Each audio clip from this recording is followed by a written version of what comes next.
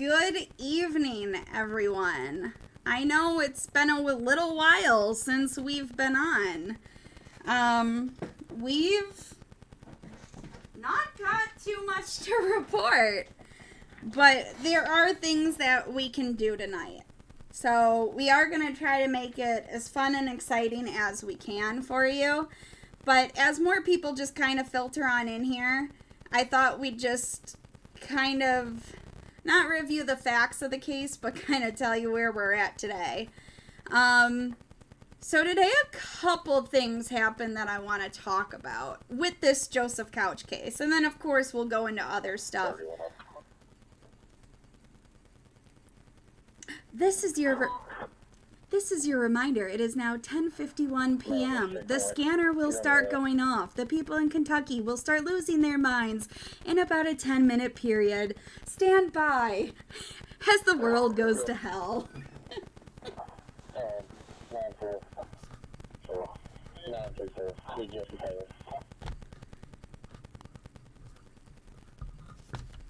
So we are going to be listening to the scanner. As far as the updates today, we had a press conference come out, and I don't believe it was, they never said where it was at. I don't believe it was anywhere near exit 49. Yes, it was. It was actually at exit 49.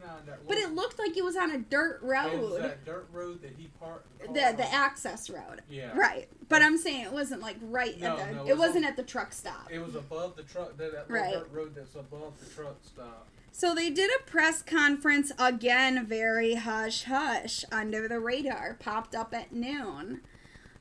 And, of course, they told us nothing. No news to report. They said...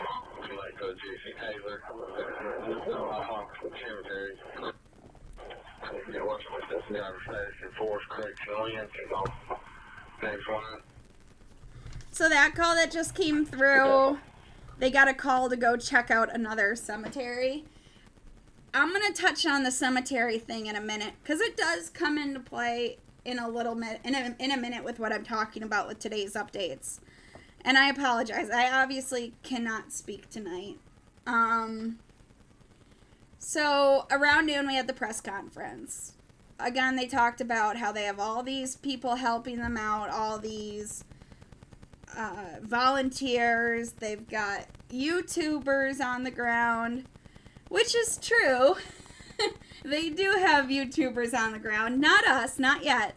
But then just the locals going out and trying to, I guess, maybe collect the bounty. Right. I don't want to say it's only money driven. I'm sure there's people that don't give a shit about the money and just want this guy caught, so peace is restored in that area. Scotty Pennington referred to them as vigilantes. Yeah, so Trooper Scotty Pennington from the Kentucky State Police, who the Kentucky State Police are kind of they are the ones in charge of this. Scotty Pennington called these people that are out there that aren't law enforcement or marshals or ATF, they said he's referring to them as vigilantes. I hear vigilante and I think, Batman, Bruce Wayne is running around. But I think that was a poor term, though there are people that are going to want to come out and collect the bounty because they think they can find him. I don't think it's good that you're accusing people of having the wrong motives. I mean, if I, didn't have a baby and I didn't have things, I didn't have a husband I would always be worried about and a child and stuff like that, then yeah, I might go out there with some of my army buddies from the army and we might try and find it. But it's not fueled because of money. It's fueled because that's kind of what we know how to do.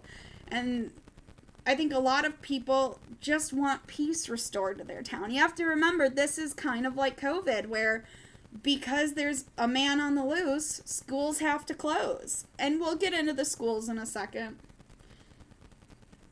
But schools have had to be closed, which means either kids are left home alone or parents have to miss work. And if you've been joining us, you hear that for the first, I'd say 4 or 5 nights, the scanner of this search, the scanner would be going crazy all night.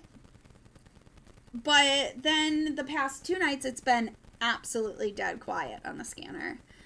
So the press conference was today at noon, and again, he talked about how there's all these people looking, and they said they have extended the search. Before I continue on about the extending of the search, if you haven't heard much about this case or you haven't been following it for long, we're on day 10 of this manhunt. For the first 9 days, they kept saying that they believed he was within a 1-mile radius of where the shooting happened. And they thought he was, out in the woods. And it wasn't until today, day 10, that Trooper Scotty Pennington said they would now be going farther into the woods, but he said they've searched 28,000, was it acres or feet? Acres. He said they searched 28,000 acres on foot. That wasn't include that. He said that didn't include the helicopters. Right. So 28,000 acres they've searched of the Daniel Boone Forest and, surrounding areas by it.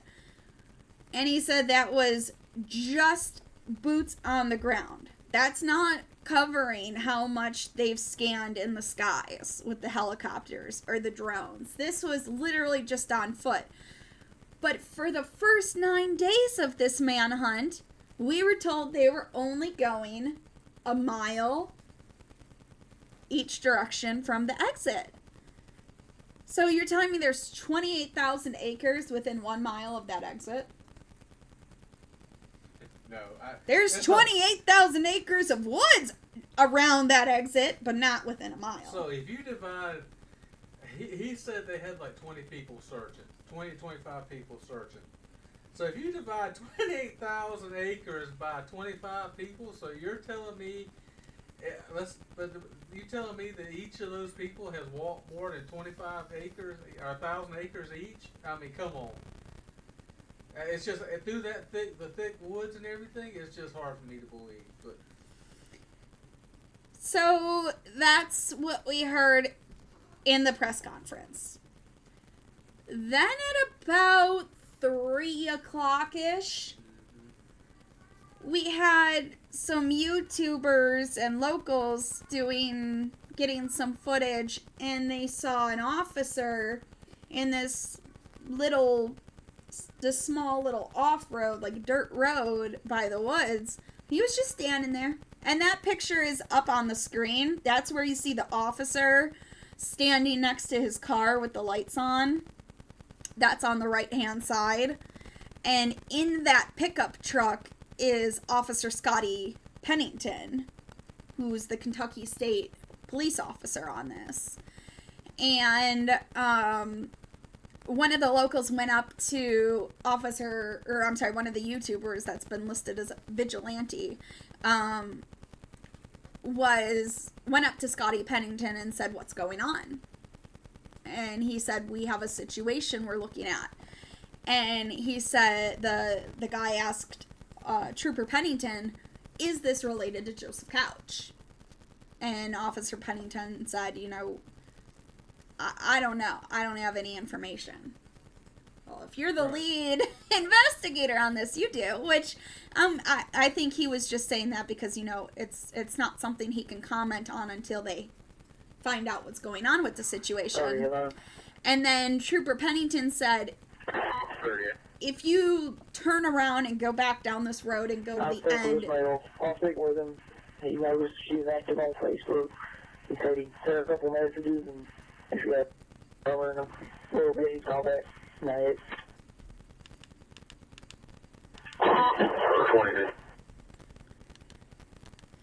So, the Trooper Pennington told this guy to go back down to the bottom of the road, and that's where media was set up. So he made it really sound like we're going to do a media press conference. And then We did hear, about 5 or 6 shots fired. We heard dogs barking. But then we heard a really loud bang. Right. I mean, my husband heard it past the room I was in playing it, past, our huge master bath and into the master closet, the walk-in closet, and he heard it. So, I mean, he heard it from 3 rooms over. It was very, very loud. It sounded like, to me, it was a flashbang. There are some other reports that said tear gas. Another person said a grenade. I think those are people that are just speculating and a bit worried. It definitely sounded like a flashbang to me. I don't know why they'd be throwing a grenade. I hope they did, because I don't think they found it. Right. First of all, what came out of this is they didn't find Joseph Couch.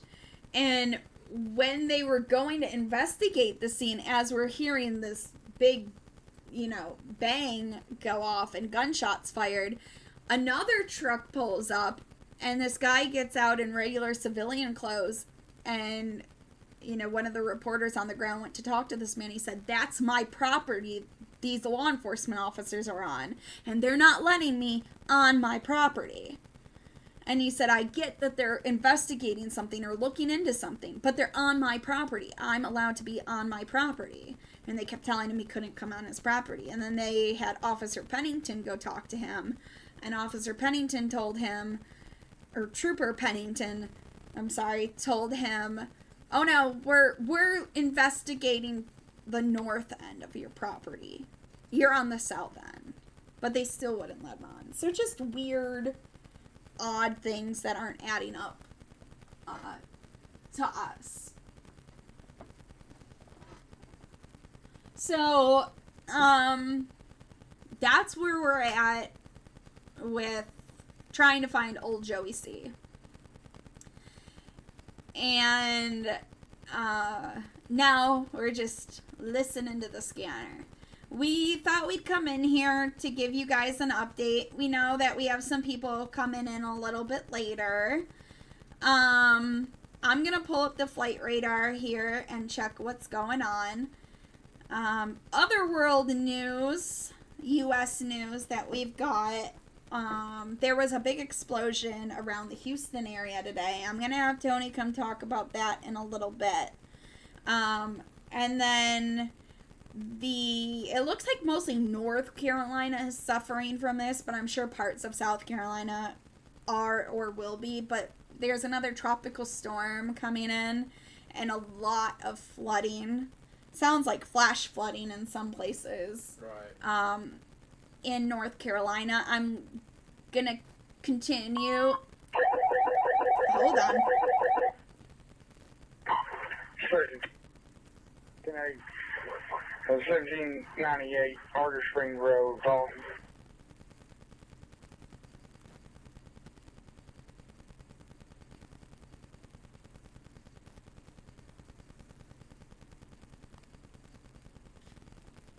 Okay. Well, while I wait for that scanner, I'm gonna look up the flight radar. We do have a private airplane up in the air that took off about 8 minutes ago from London.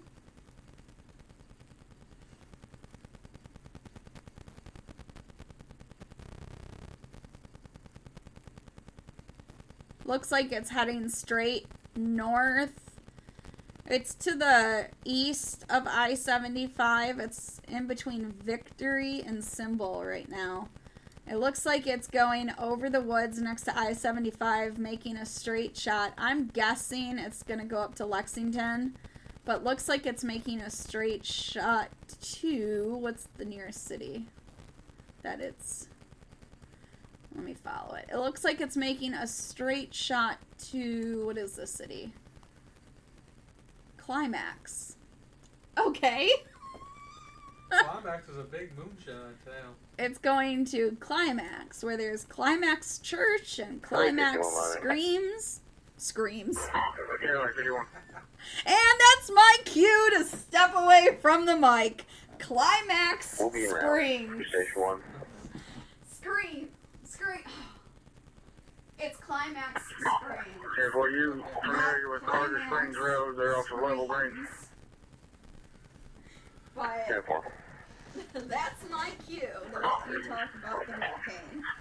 10-4, you're going to... You can turn that down on the phone if you need to. Let me 25. So some of the things we have going on, As I'm in timeout. as Allie's in timeout for saying Climax Screams, is the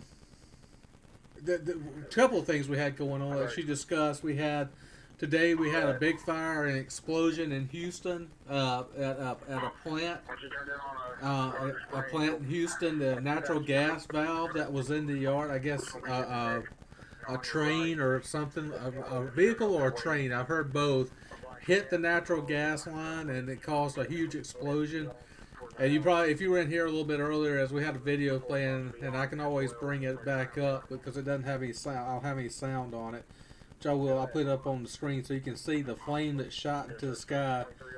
Luckily, amazingly, so nobody got hurt, and that's a good thing. That's a great thing. But unfortunately, we could have 2 firefighters and 2 civilians from that hurricane, the tropical. So here you can see the natural gas line on fire. This is from earlier in the day after it happened. It may have gone down by now. It should have. They blanked the line, which means they turned the valves off going, so no natural gas was supplying the flames anymore.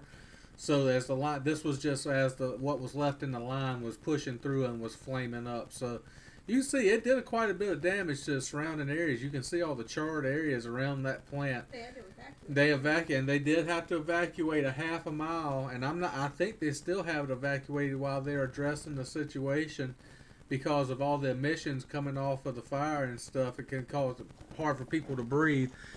So I think they did a half a mile, but luckily, like I said, nobody got hurt. So that you can see how what a huge flame, and they said it was a heck of an explosion. So I'm sure if you hit a natural gas line, it usually leaves an impression. So,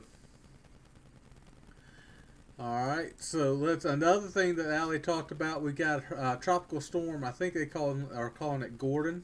I thought it was Helene. No, I think it's Gordon.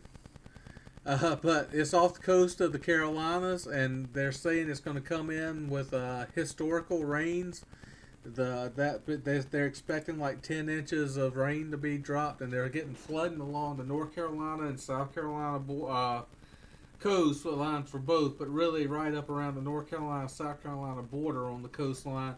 There's been flooding that's washed away roads apparently on the coastline, and also we heard on the scanner that there's 2 firemen that were trapped in the water trying to pull 2 people out that were trying to drive through the flooding water, so that They got swept into the woods. They got swept into the woods. So it goes back to that old adage that you've all probably heard, as with hurricanes in Florida and stuff: turn around, don't drown. Well, you get people stupid that still try to drive through it, and then firemen, bless their hearts, have to go out and try to save them, and they're the ones that end up getting hurt or losing their lives. So it sucks. I mean, I know firemen understand the duty what they're going to have to do, but it's not fair for them to have to save somebody who's stupid enough to try to drive through floodwaters. So it's and if you're a Diddy fan, we heard about an hour ago that he was arrested today in New York City, and I've got a video pulled up for that I'll play in a little bit as we talk about it. But he apparently is back in the United States and got arrested. So he is apparently in jail, or was arrested. I'm assuming in jail still now. He probably said federal incarceration. He's in federal incarceration. I don't know if since he ran the first time they tried to arrest him. I doubt that they're going to give him a way to bond out, but I don't know for sure.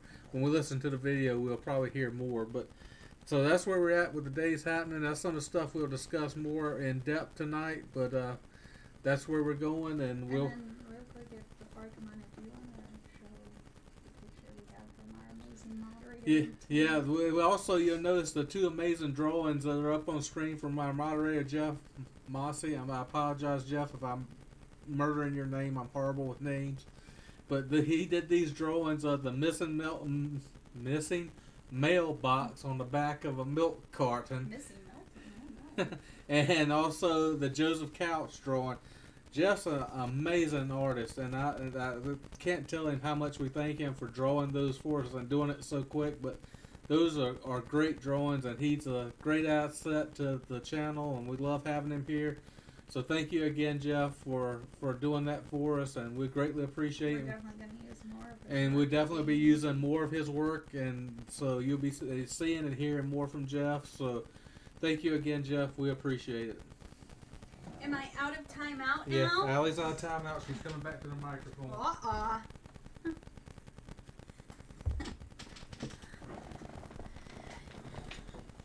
I'm back. Let me pull up the flight radar. Only took me 10 minutes to You find can turn out. that scanner back up if you want to. I turned it down.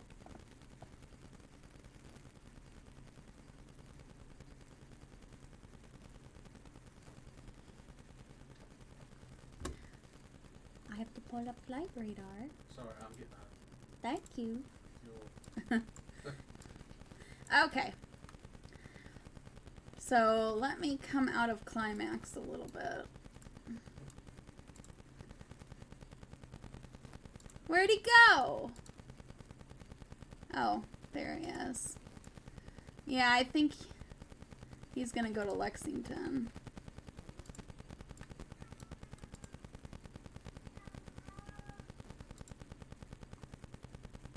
I did see a lot of activity up around this Nicholasville today. But there's a lot of activity there last night, too. Right, a lot of activity there last night. That's very close to Lexington, so it could have been that.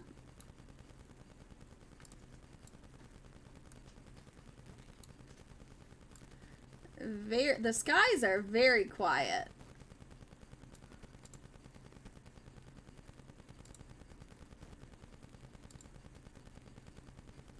Where did he take off from? See, look at this. This Hart helicopter took off from in the middle of the mountain. Right. Right near Hazard. Yeah. Oh, no, it's pretty far from Hazard. And now I got lost. Here I am. Okay. A lot of activity up in around Somerset today as well. That I will say that situation earlier where we heard what sounded like the flashbang, I almost thought for sure that was something.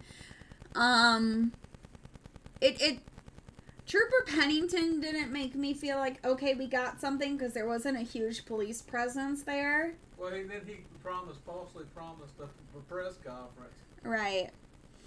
So, tough to say.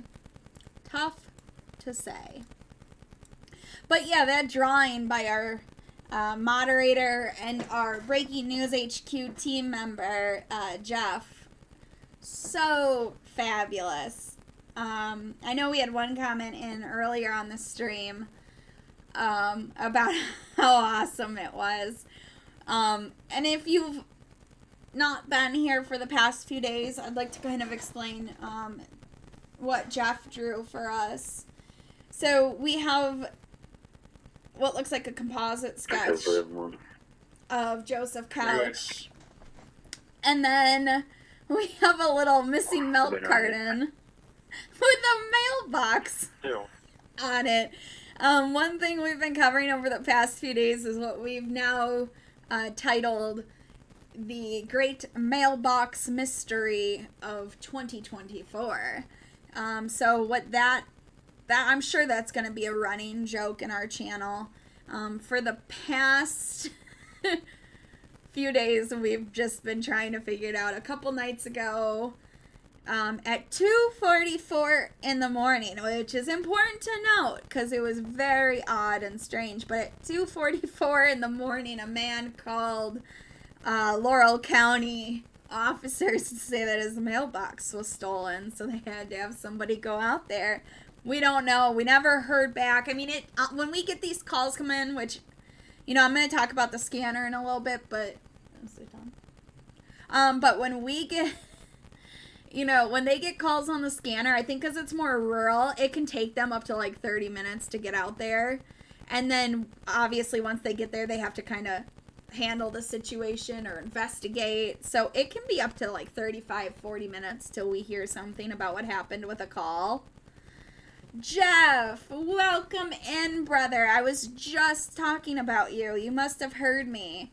I mentioned your drawings and how absolutely amazing they are. And I kind of mentioned that, you know, for people that haven't been here, you know, we obviously have Joseph Couch up there. But the milk carton, I was just about to explain that. Oh, we've now titled it The Great Mailbox Mystery of 2024. And I was explaining how at 2:44 in the morning, a guy felt the need to call law enforcement and explain how his mailbox was stolen. And he was so upset. I don't know if he made it. Maybe his daddy made it by hand back in the 1920s. I mean, I don't know. What's the emotional connection and attachment with this damn mailbox? I wish we could find the guy so I could talk to him, because I want to know what the deal with the mailbox is. Right. I mean, I hope officer said, "Sir, are you aware there's a giant manhunt?" I mean, I don't know. Maybe he didn't know, but I know that if my mailbox was gone, I wouldn't give a shit. But, you know, somebody like my father would give a shit if his mailbox was gone, because he's just old like that. And I guarantee my father would have, A, waited till the morning, or B, said, "Hey, I can just say my wife hit the mailbox," which she did, and maybe insurance will pay for a new one. Luckily, my mother does not hit mailboxes. She's more fond of driving through the garage door. So yeah, Tony showed it to me today when Jeff sent us the pictures. I was dying laughing. They are so awesome. So you'll be seeing a lot more of Jeff in here, hopefully, if I don't scare him off. But awesome, amazing work, brother. Earlier, hi, Bubble, good evening. Jeff, yeah, earlier, Bubble even mentioned the mailbox, and that was really, really fun, and they were surprised by that. So we love it. We expect to see more drawings. Just phenomenal work. Phenomenal. And luckily, Jeff understands my humor. So if you're just coming in and joining us, welcome. I am back on the mic. Y'all were blessed with Tony earlier because I had to go sit in timeout for looking at the flight radar and saying Climax Screams instead of what I read, which was Climax Springs. So I had to go sit in timeout. Obviously, we know where my mind lies, in the gutter. I didn't even mean to with that one. I'm gonna get us struck. If our channel goes off suddenly, it's because Allie needs extended timeout in YouTube's book. YouTube sent us an email about the other night with that. Oh, yeah, I'll let Tony come on and talk to y'all for a little bit since more of you are coming in. He can kind of go over some things. So we were watching that video the other night about, I can't remember the guy's name that Jeff suggested. About the Bollinger video, and we got taken down for watching the video. Apparently that was Warner Brothers, by the way, which I didn't know. Warner Brothers ain't playing, bro. They took us down like within 5 minutes of starting to show the video. So, warning, if you're on YouTube, don't play anything from Warner Brothers, because they ain't playing, bro.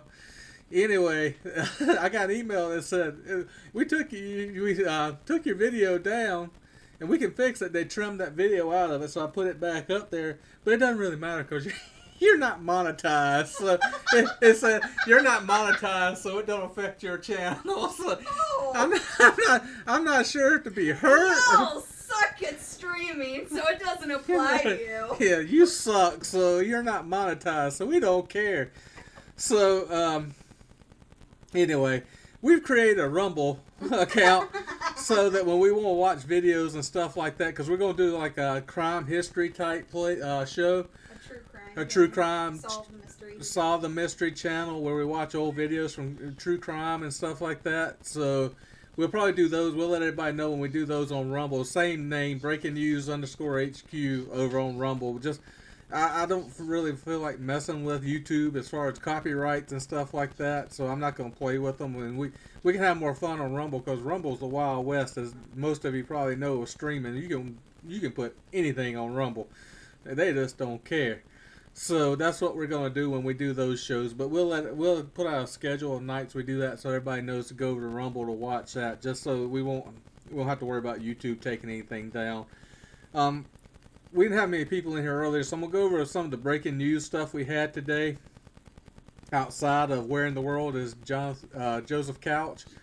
I keep wanting to call him Jonathan Couch every time. I don't know who Jonathan Couch is, but I'm about to get that brother in some trouble because I keep wanting to say his name and having to do with this murder. It's alright. Or with this shooting. Pippin is in charge. That's right. We think Scottie Pippen's in charge of the Kentucky State Police.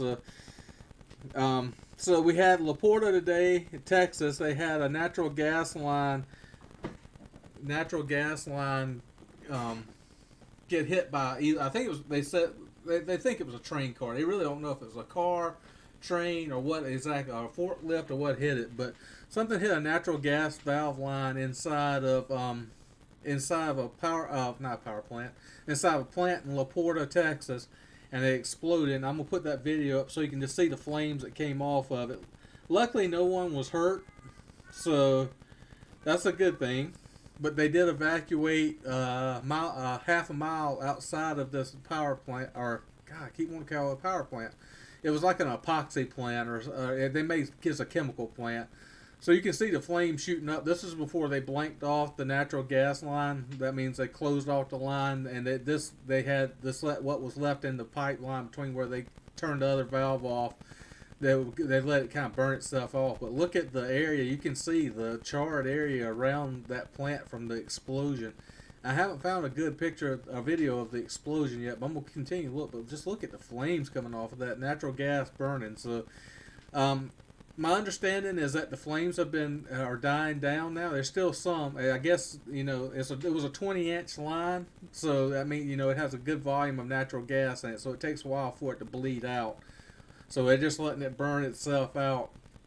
But again, luckily, other than having to evacuate the area because of the smoke and the emissions and whatever, they want to make sure that since it, you can see where it burned so large of an area where it exploded, they want to make sure there's no other chemicals burning. So they evacuated the area so nobody got affected by anything coming off of the smoke and stuff. And there is that car right there by it, but I guess nobody was in that. I don't know. Hopefully nobody was in that. If they were, there's no way they survived it. But so that's what happened in Texas today. And off the coast of the Carolinas, we have our tropical storm Gordon, who is bringing historical amounts of rain to the Carolina coast. I've got a video I'm going to pull up after a while from a Raleigh news station that says they've gotten 18 inches of rain so far today from this tropical storm, and it's supposed to, even like central parts of the states are supposed to get like 10 inches of rain off of this storm. So definitely some serious flooding going on. We even saw a story earlier where 2 firemen in the Myrtle Beach, Wilmington type area, that somebody tried to drive through the flood like people do, being stupid instead of turning around. And the 2 firemen went in to try to rescue those idiots out of their car, and they got swept away into the woods. So hopefully they were able to rescue those guys. I feel for the firemen that they didn't do anything wrong, but they're just doing their jobs. And unfortunately, part of their job is saving stupid people that don't have any common sense. So we'll discuss that a little bit more tonight. And we found out about an hour ago, P Diddy was arrested when he came into New York by federal police on those charges that he has. So P Diddy, don't pee. Oh, that was our And so I don't know if he's gotten out of jail, but I've got a news story for that later. We'll find out more about that. I don't know a whole lot about it since it just happened. So that's where we're at tonight, and that's some of the stuff we'll be discussing. Thank you, everybody, for being here. We love our fans, and we look forward to talking news with you tonight.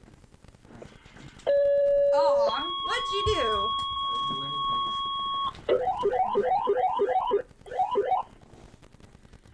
Station 1, you respond. 6441 East Law Road, Seal 2 with a female subject and a vehicle reference to a 9-year-old respiratory distress. Uh-uh.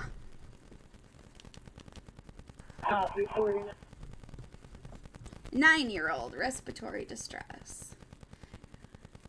Get them on some albuterol. Look at me diagnosing patients from states away. Alright, let me take a quick peek at the radar and see what we've got. You know, based on how quiet it's been,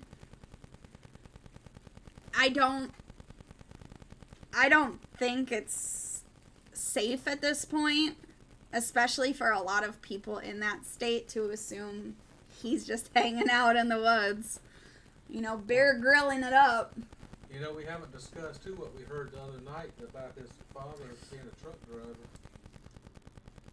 Yeah, so, I mean, we've talked about the railroads in the area and, you know, different theories. This hasn't been confirmed by law enforcement.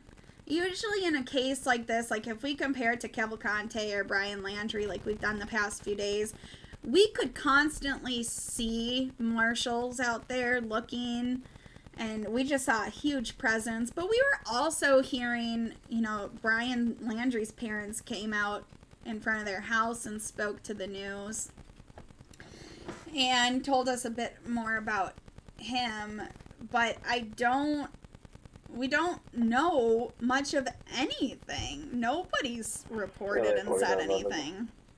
But it has not been confirmed by law enforcement, but it's rumored that Joseph Couch's father is a truck driver. And we know Joseph Couch... Towards London with a 9-year-old male. Okay, so that's still that respiratory distress call. All over. I'll turn it down for the patient's privacy. They're only 9. They're pediatric. But, yeah, Joseph Couch's dad is a truck driver. This happened at the 49er truck stop. I'm not saying that he absolutely hitched a ride with his dad or, you know, one of his dad's friends or coworkers, but we know that the Joseph Couch's parents are divorced, or at least that they don't live together. I think they're divorced, because the mother has a different last name, but very, very odd. And you would think with people knowing there's railroads, like, real close to the scene of the shooting, and that his dad's a truck driver, even the theory of, did he hop in another car and get out? I mean, you would think they would discuss that theory a little more, but they're still sticking with the fact that they think he's in the woods within just a mile. But I get it. That would be best case scenario. You never want to say, oh, well, we got word he's out of the state. Nobody wants to admit that. You'd have to pretty much come out and admit you dropped the ball. Not a good thing to do. Totally understandable. But I don't think it's bad to throw theories out there, especially if you can put the word out nationally for other truck drivers if he's seen at a truck stop in another state, or for people that work at railroad stations to at least keep an eye out that this guy could be around. I don't think that that's coming out and saying you dropped the ball. I don't think that's admitting any faults at all. I think it's just wanting to make people aware So for their safety, not just to get the guy, but for everyone's safety. So I there's just things that, yeah, in an investigation they can't disclose certain things. But at this, like for this instance, you don't have to admit anything, but you can at least put out some theories so people are safer. I mean, just with friends I've talked to, and I've told them we've been covering this story, they have no idea about this. There was like one or two people that said, oh, I heard there was a shooting, but I didn't hear anything about they haven't found the guy and they're searching. So that's scary to me. And like I said, with this happening right off the exit of I-75, a lot of people don't realize that you can get from Michigan down to Florida. You can go from the top of the U.S. to the bottom in 16 hours. So, and that's in some areas, depending where you leave in Michigan and where you go in Florida, 16-hour drive, that's with speed limits. So if you really had to hightail it out of there, it could probably cut some time down. But we know that when the incident occurred, they got there, they secured the scene so that EMS could come in and could start tending to the victims, but they saw no shots were still being fired. They didn't see anybody standing around with a gun. They didn't hear anybody shooting, let alone see any shots fired when they were there. So you can have, usually when this happens, you have officers stay at the scene to start the scene investigation and to be there for scene safety or scene security. So you'll hear medics come on and say, waiting for scene safe, waiting for scene secure. So they can come in. But then you could have another 5 even, you could have 10, just even 5 officers saying, hey, go out, past where we know this shooting occurred. Start walking. See if you can find anything. Whether it's a person or clues, tracks in the mud or the dirt. That's usually how you do it. You split up your resources. So even if you don't find anything, you can get things locked down and secured. Just shutting down I-75 for a couple hours is not going to stop anything. So I think it's safe to say they absolutely dropped the ball. And I didn't want to, judge law enforcement, but at this point, if I lived in Kentucky, I'd be furious. I'd be absolutely furious.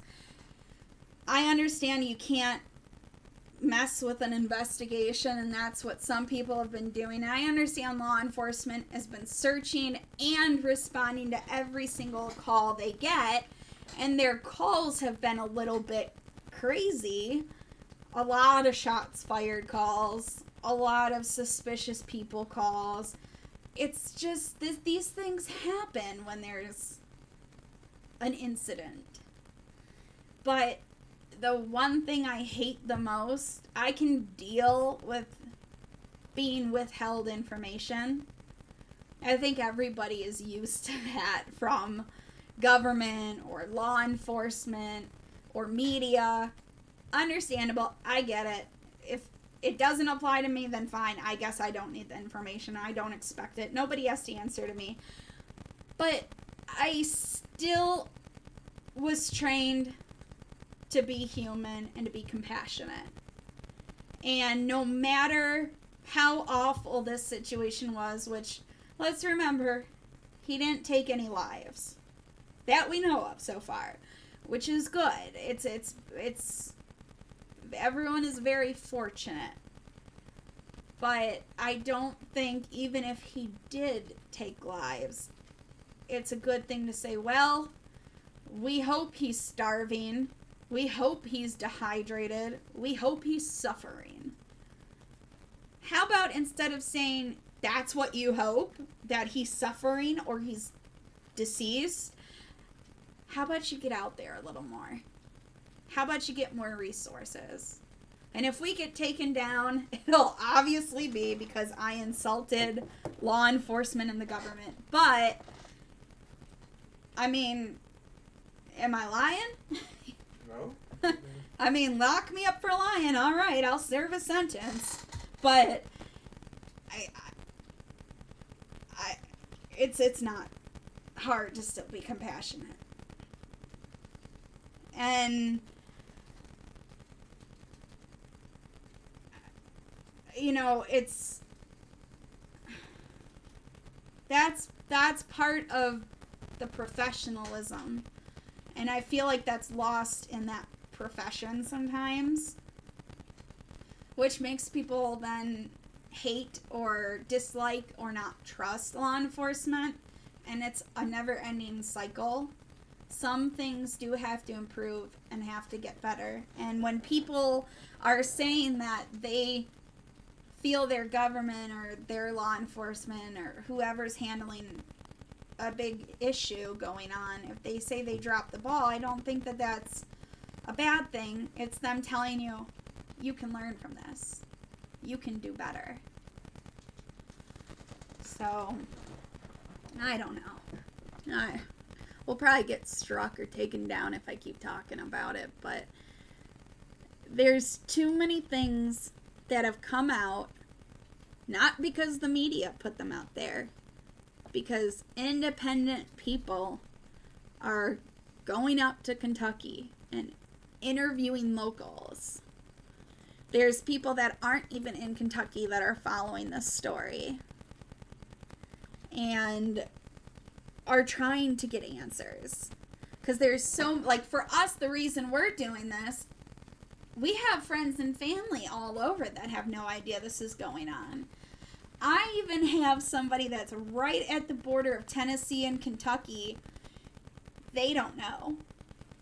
What's scariest is I reached out. I'm in a Facebook group with a good group of people I served with in one of my older units when I was in the Army, and I asked people, is everyone safe? I don't, a lot of these people, sometimes some of them are still in, some aren't.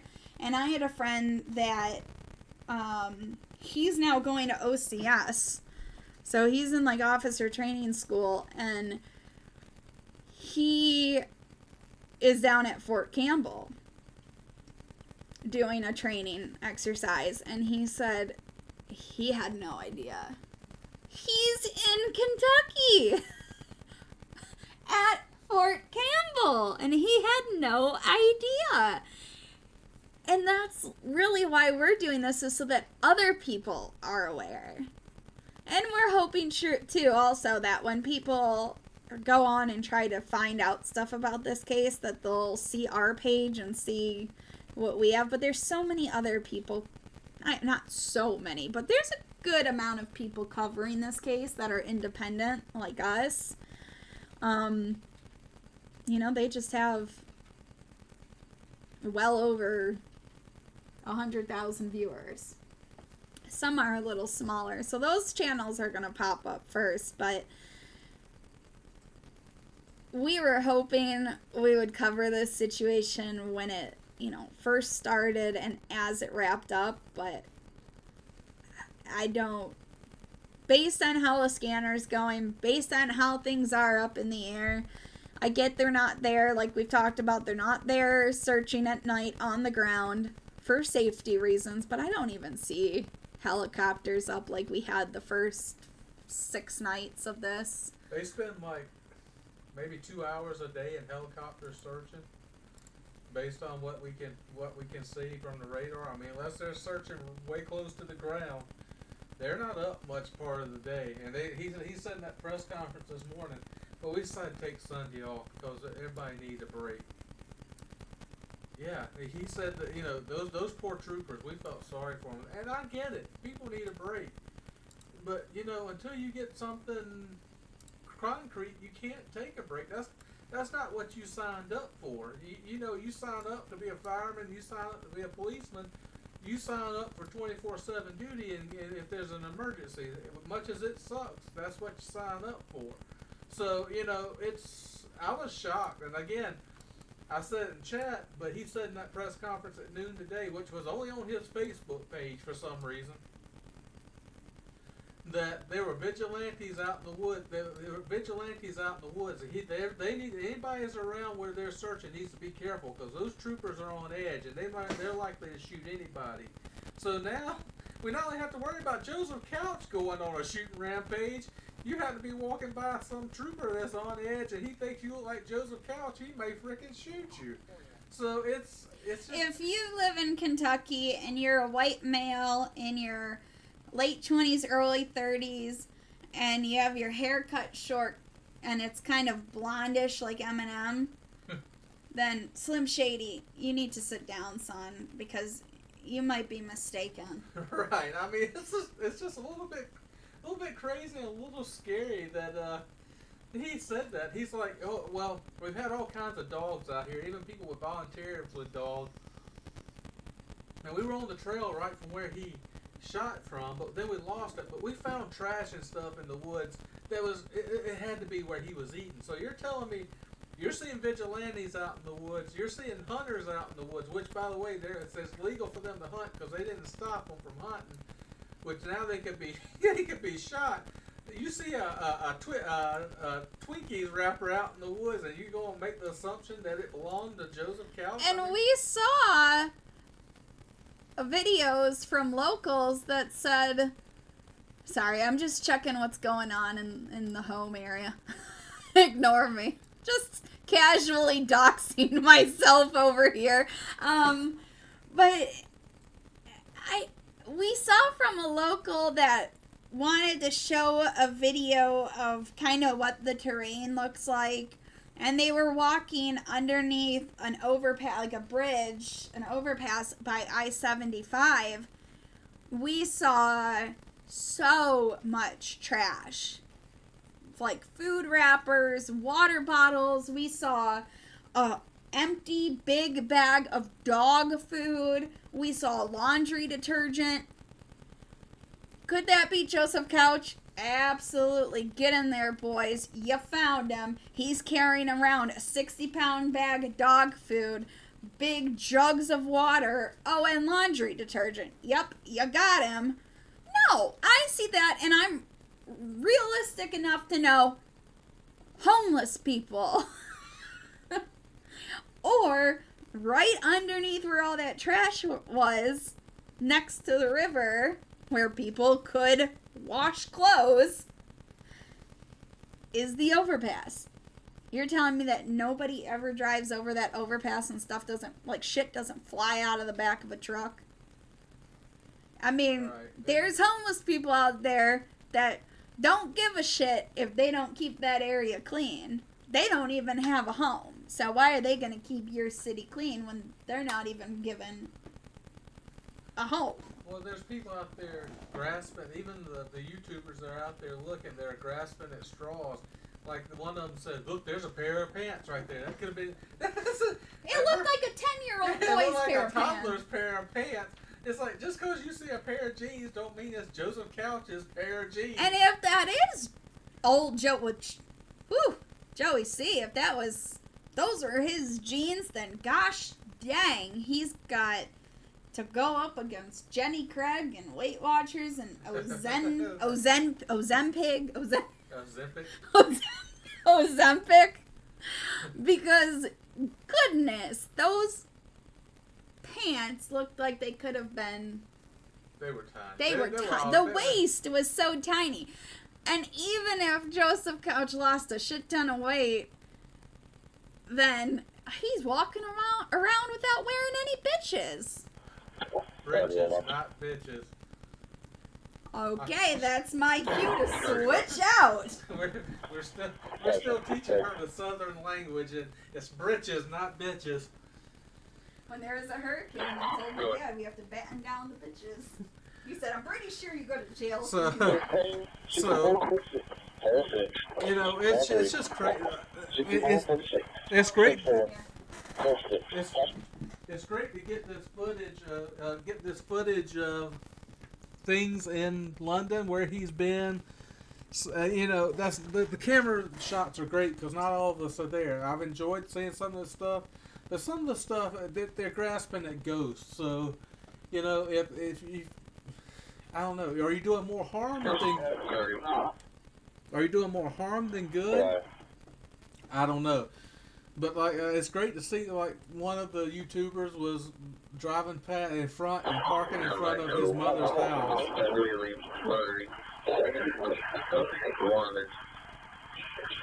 long march take it going. So I mean, is that a good thing? I don't know. At what point does it? I know roads are public and you can do whatever you want to on them. But at what point is it the harassing the family? Now I agree, the family is not innocent in all this, and they are, they have been a little bit sketchy during this whole situation. But does that give you the right to harass them and park in front of their house and stuff like that, and harass their neighbors? I also just posted something from you in the chat that you can read on that one on the phone about how that person, the guy who saw the person on the ground saw the spray painting, and then he saw the can. Oh, Joey spray painted. Right. He saw. So he'd been showing. He was walking along one of the rivers that's in London, and of course he's been showing all the tagging that goes on that we've all seen up under bridges and stuff like that. And then he walks up and sees an empty can on the ground, and he's like, "Oh, where'd that? Is that Joseph Couch's? You just walk past all these people where these people have tagged on the spray paint on the bridge. No, it's not now, Joseph." To be fair, we did see somebody paint our son's name. I don't think. Right, we saw our son's name in the tagging. I don't mean that our son was up there tagging under the bridge. AJ wasn't doing the tagging on the bridge. Trailers leaving the New Salem Road area off in Johnson, supposed to be heading to town. It has quite a bit of single town on board. Sorry, I'm trying to shut up so y'all can hear the scanner as well. So I mean, again, these YouTubers are great. They bring us footage that all of us couldn't get. It's nice to watch it and stuff, but they're grasping at ghosts. I mean, you can't make a story out of something that's not a story. Just because you see a pair of pants doesn't mean it was Joseph Couch's pants. Do we want more viewers and subscribers? Yes, because this is a channel we want to keep going and also do fun stuff on. But with these bigger channels, I mean, just from us tuning in for a couple minutes, we had to get out of there because people are saying, "Oh, I'm watching this and I'm out of the state," and the person's name was Joseph Couch, and the YouTube person walking around going, "Joseph Couch, give it up." I mean, really. Right. That's not impeding in an investigation. Right. He was screaming, "Joseph Couch, give it up." And I mean, it's sensationalism of journalism. I mean, yeah, everybody wants viewers, everybody wants to be monetized, but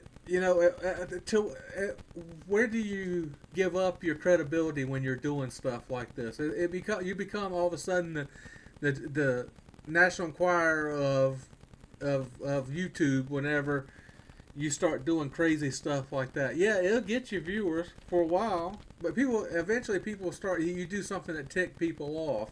So at what point does it all end? I mean, again, he does some good stuff. I'm not saying that what he does isn't good. It's just at what point do you take it over the edge? I mean, he's the same person that first night this started happening. He called Joseph Couch's mother and said, started asking her questions and harassing her.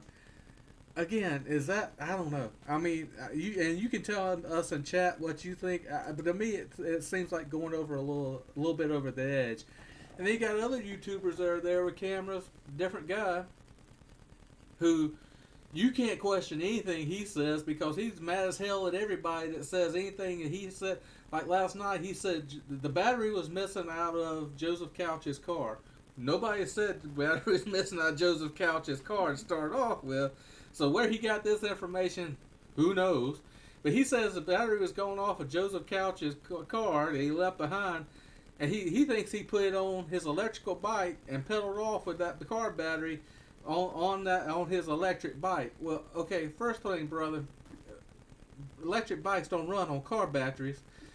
And two, would you want to be stomping through them woods they've shown carrying a car battery? Whether you on a Plus the dog food and the laundry Right. detergent and Right. So and so somebody had the nerve of questioning this guy in the chat, and he's like, "Well, if you don't believe me, you can just quit and you can just leave. You can leave and get out of my chat." Okay, you can't do that. I mean, you treat people with respect. I understand they're trolls and stuff. This person, I saw the comment, and they said that we haven't heard anywhere that somebody that the battery was going out of the car. We've heard about the cell phone battery being out, but nothing about a car battery. So where's your source?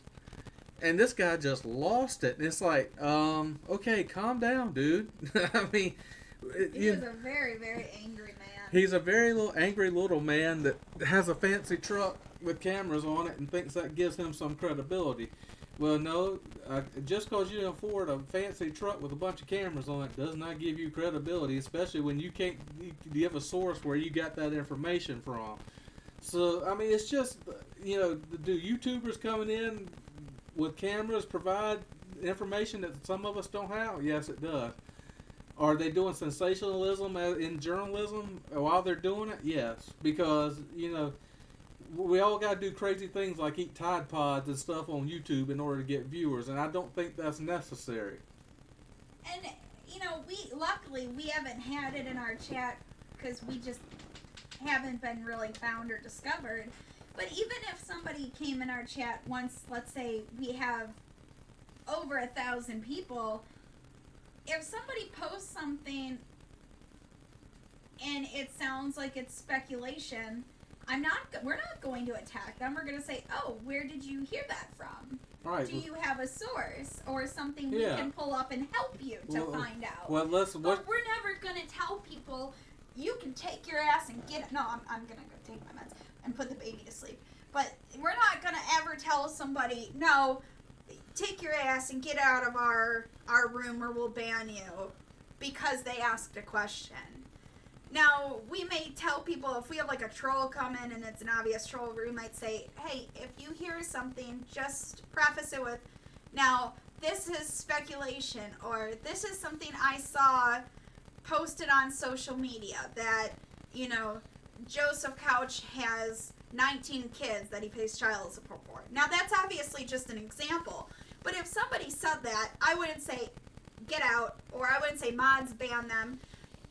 We're just saying, hey, do you have a source? Or if they say, yeah, I saw it somewhere on social media and I forgot where I saw it. That's okay to still bring it up. We can do some research and we can look into it and maybe we'll find something that hasn't been talked about and only one person reported on it. And we might talk about what we found and say, now this is purely speculation, hasn't been confirmed, but this person is reporting this. And that's fine. But this man was saying that anyone that came in, now somebody even argued and said, oh, I came in here because I thought that I saw that the shooter was caught. And this man said, no, the shooter was not caught. Can you read? It says manhunt still underway. And they said, well, yeah, I saw that, but I was confused because I saw something on Twitter about the shooter had been caught. Right. Well, this person didn't know, and she did apologize in the chat. She said, I'm just not great with technology. I'm sorry. I'm a widow. I live alone in the state of Kentucky. She was smart and didn't say where, but she said, I'm just scared. I'm just scared. So I was excited, and I thought maybe they had caught this man. What she had heard was that the person that attempted to shoot Trump yesterday was caught. And this man does a separate show for politics, and she just didn't know. So she asked, and he said, don't come in here spewing bullshit and talking all these lies, and I'm certainly not going to have you sitting here wishing that Trump was killed. She goes, I never said that. I was asking a question, and this poor woman got attacked. And, I mean, she doesn't have to say that she's a widow and lives alone. But obviously that's why she was scared, because the media is not, news stations and newspapers aren't reporting this. So she wasn't sure, and she got excited thinking that tomorrow technically today, she could go back out and go grocery shopping. She said she's been living off of canned food because she's scared to go to the grocery store. And this poor man attacked her so hard. And she ended up just, I don't know if they banned her or she left. But, I mean, just some of these people that are in the area, they wait for news like this. And then they travel around the U.S. They don't even really have a home base. Because they go and, you know, another person we saw, not the main man, but another person went from Florida up to Pennsylvania to try to find Cavalcante. And he was out walking in the woods. He's been doing this for years. So, just, it's a mess. It's a mess. So, I'm going to hop off for a little bit. Tony will be here with you guys. He's got flight radar up, which the skies are dead. There's nothing going on, but we also have the scanner up, which sure Tony might mention it, but the scanner got taken down for like 3 hours today, around the time that weird incident happened with what we heard is the flashbang and the 5 shots. So Tony's going to report on that. I'll be back in about 15 minutes or so. I'm going to go put the baby to bed and all that fun stuff. And think about what I did, that it is Climax Springs. Not Screams. Right, and it's Scotty Pennington. Right, there you go. See, I'm doing better. So don't ever be afraid to put in our chat if you've heard something or, you know, you want to discuss something. If you're in that, look, that's what we're here to do. None of us are. No one's going to be crucified for asking a question. Right, no, we're never going to crucify somebody for asking a question. We're here to discuss the situation and bounce. It's kind of like a brainstorming situation. None of us are there. None of us are inspectors. None of us are doing an investigation. We're just all trying to work through this story together and freely talk about it between each other. In 15 minutes, we'll reevaluate the scanner instead and talk about either doing the game tomorrow. So, yeah, don't ever be afraid.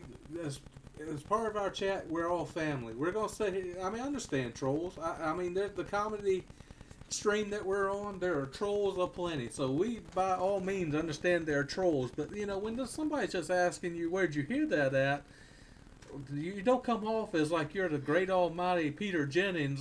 Who are you to question me? Because none of us... The goal tonight! Right. You know, we're all on YouTube together as creators. You treat people with respect. I don't understand how people like that. Of course, he has people in there that just think it's great that he attacks these people. And great, if that's what you're looking for, more power to you. If you're looking for a friendly chat and have a discussion where people aren't going to attack you, then come join us, because that's not going to happen here. We do have a Discord. And we do have a Discord. I'm going to, in a little bit, I'm going to put the Discord channel up, invitation in the description or in the chat. So whoever would like to join us on Discord, we'd be glad to have you. We can do more discussion there when we're not, you know, on here.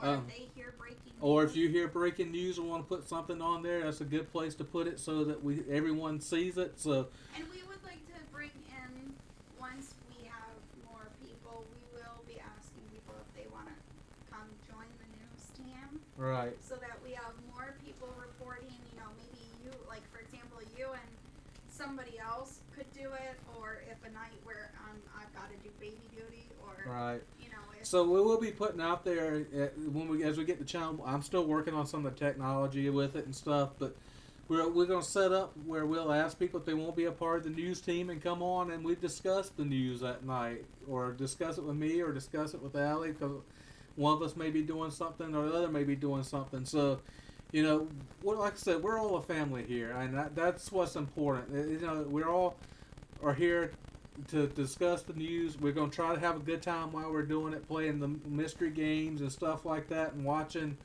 old other crime videos and stuff like that. Look, we're not here. Look, I'm by far not an expert on everything in the world, and I'm not an investigative reporter, but we're here to have fun and, you know, discuss current news that may not make the national news or may not be. Like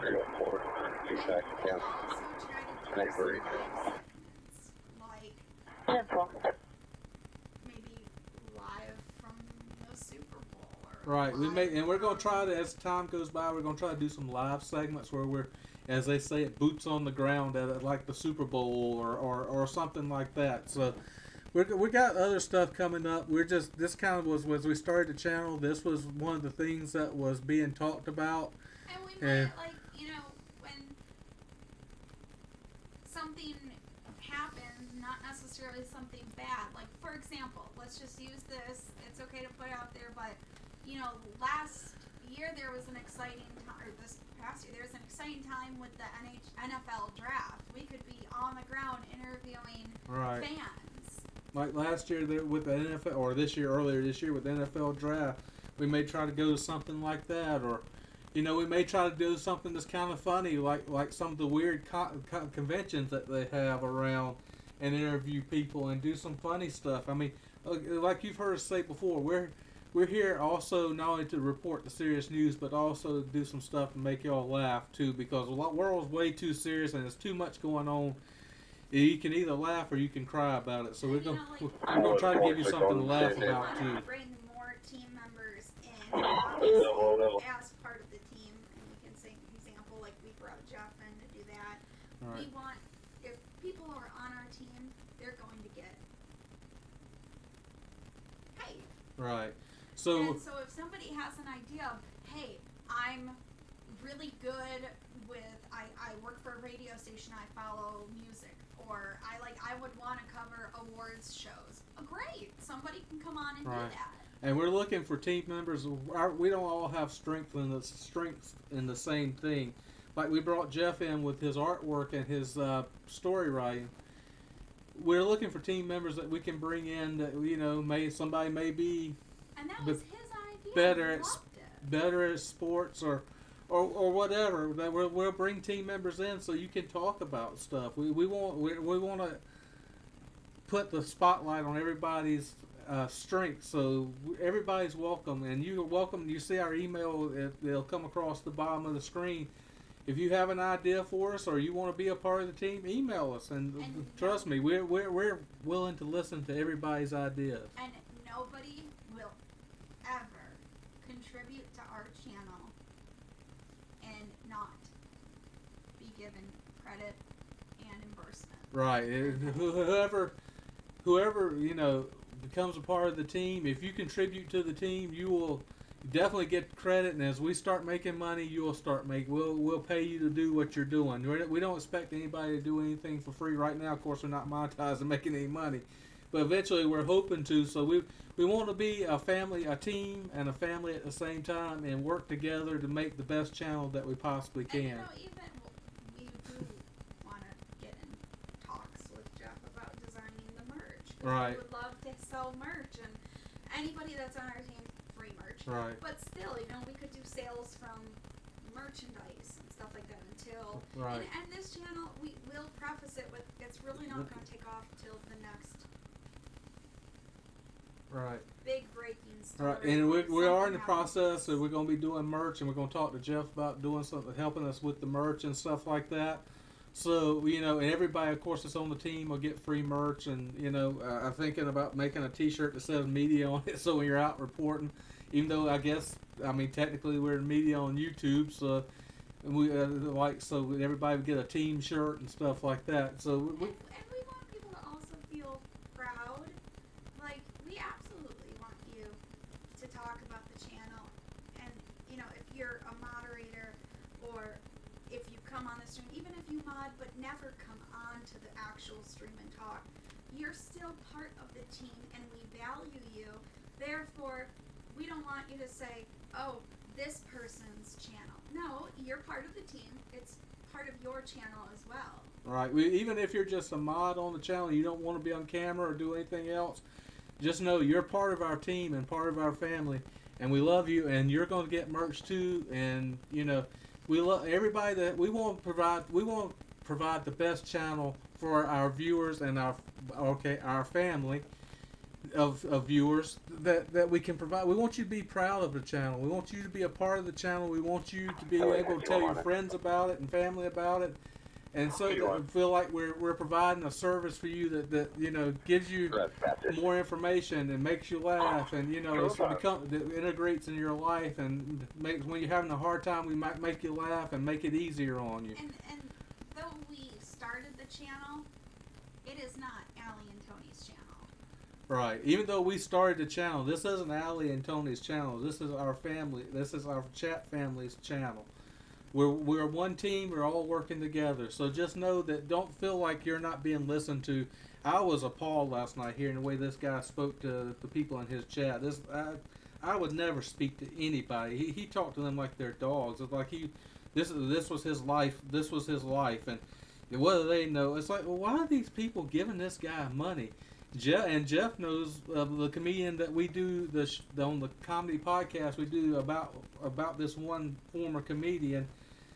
He treats people that same way, and it blows my mind that people give them money. I mean, do you really want to pay this guy money for somebody who hates you and tells you that you're poor and you should be giving you more of my hard-earned money? I mean, I'm not going to give you my hard-earned money for you to sit here and tell me what an idiot I am. I'm sorry.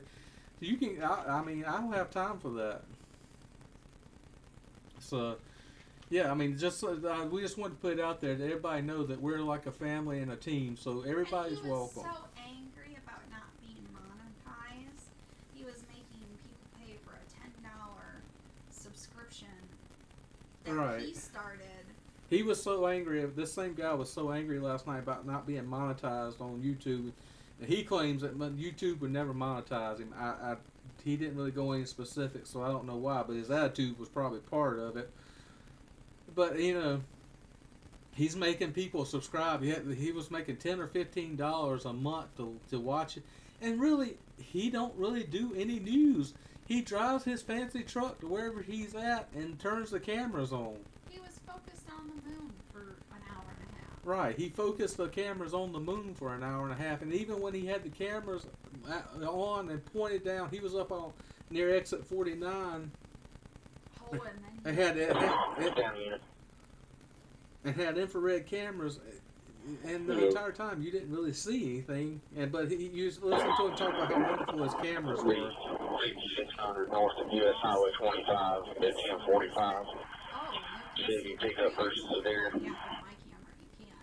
And then someone said, well, technically you can see that on a cell phone. And he said, I can even see the crater. I can distinguish between craters and not craters. He said, and then someone said, so do you think they actually walked on the moon? He said, get mods, ban them. Get out of my chat with that conspiracy. Right. So last night he was saying when he was focused on the camera, only with my whatever type of camera he had, can you see the craters on the moon? Well, brother, I'm a scientist and I point my cell phone up at the moon. I can see the craters on the moon when I zoom in.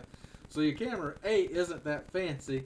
But then somebody had the gall in his chat to say, well, do you really think people walked on the moon?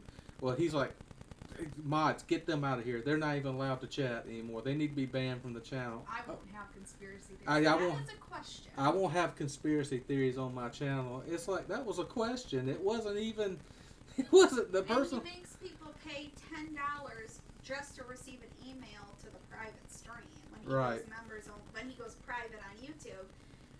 And all people are doing are buying him a drink. Right. So he doesn't use Patreon. He uses Buy Me a Coffee, which is something I guess like Patreon. I don't know, but you have to pay $10 to be a member, and he emails you a link to his. I guess I think he uses Rumble. I don't. He was very obviously against YouTube, so he uses that, and he sends them a link whenever he goes live. It sounds like, you know, based on the way people were chatting last night, when you won't see, he was attacking people publicly on YouTube last night, but in those private videos, it sounds like he really goes off on people. So. I mean, maybe we suggest buy me a course. Right. So, we promise you never have to buy us a coffee or buy us a course to watch our stream. Well, we promise that we'll never make you pay to see our videos. You know, we're here to report the news, and we're here to be open for everybody. So, and have Yeah, fun. that's So right. just know that you'll never see that kind of mess on our channel. So again, thank you for everybody that's in here. And again, we love our fans, and Yeah, thank you. don't ever hesitate to chat with us and let us know what you're thinking, because that's That's part of the reason why we started this channel, and that's why we're here. So thank you again for everybody for being here. Do you want to post a poll to see if the game would be better tomorrow or tonight? Now, it is a good couple hours. So I posted a poll earlier in the chat to see if Joseph Couch was, if he is, how many of you think he's still there, or how many think he's gone? And everybody, 75% of everybody thought he's gone, which I agree. I think he's been gone since day one. I think as soon as he got done, he was gone. But so I'm going to post a a poll now, whether y'all would like to play the mystery game tonight, or if you want us to, or start playing it tonight, or if you would like us, I've got a video about the hurricane. I got a video about P Diddy. We could move into talking about some of that stuff. You let us know. So I'm gonna put a poll up real quick. The game will probably take at least 2 hours. Yeah, the game will probably take a couple hours. So there's a lot of reading and stuff that goes along with it. So. And if we want any volunteers, then we could always wait till tomorrow or possibly Wednesday. But it is something where it might be more fun if we had another person to help us, just to distribute the reading roles or have somebody in charge of the evidence. Right, and if we play it tomorrow, we would try to get things out to our to the fans, so other people can be involved.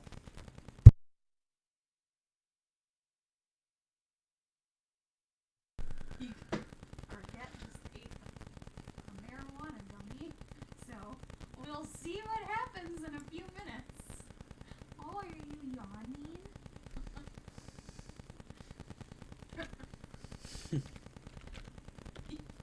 Look, he's looking at you. I ate a gummy.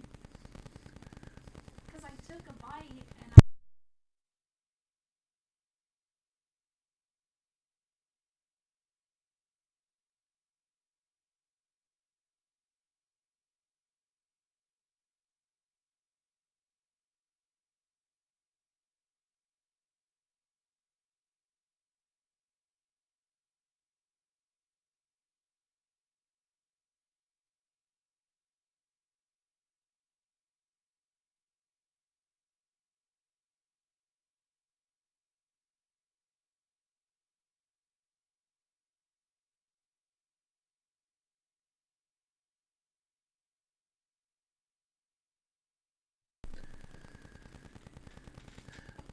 Yeah, Bubble. It's the moon is hopefully, well, you as usual. The moon usually affects people, so I bet all the crazies are coming out. Kind of surprised how slow the scanner is, to be honest with I mean, you. hell, the moon completely disables a person that's on our comedy show panel.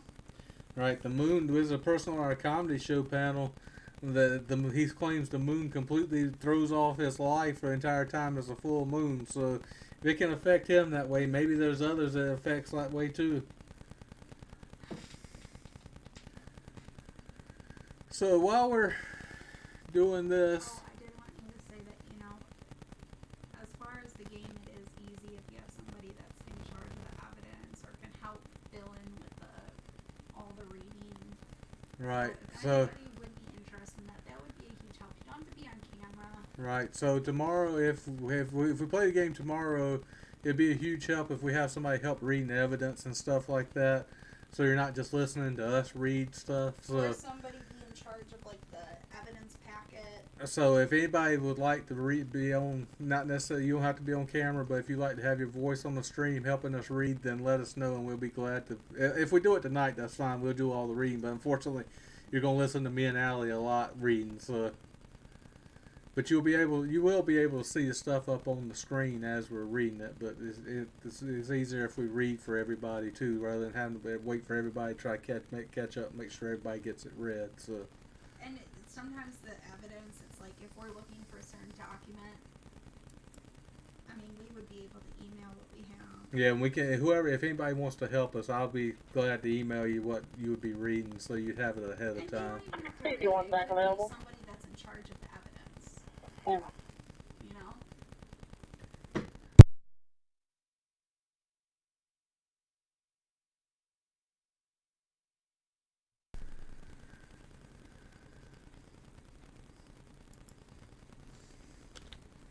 How many do we have in? So yeah, we'll. If anybody's interested, just let us know. But again, if we do it at night, that's okay too. It doesn't really bother me to read a lot. So if we need to, that's not a big deal. Something we'll do often. And this is something we're not just going to do this one time. I've got a bunch of them that we can do. So it's just something to break up the monotony with the scanner and all that stuff to give us a break. And it feels like we're just waiting for more bad news to happen around the world, or for something to develop with this case. And that's kind of Always what I'm have. feeling. Right, and we feel like that, we're always sitting here waiting for something bad to happen, either with this case or in the news. So we're hoping to do some stuff like the mystery games to help break up the monotony and have some fun while we're reporting the news as well. I'm still working. I've got it almost done, but I've got a lot of clips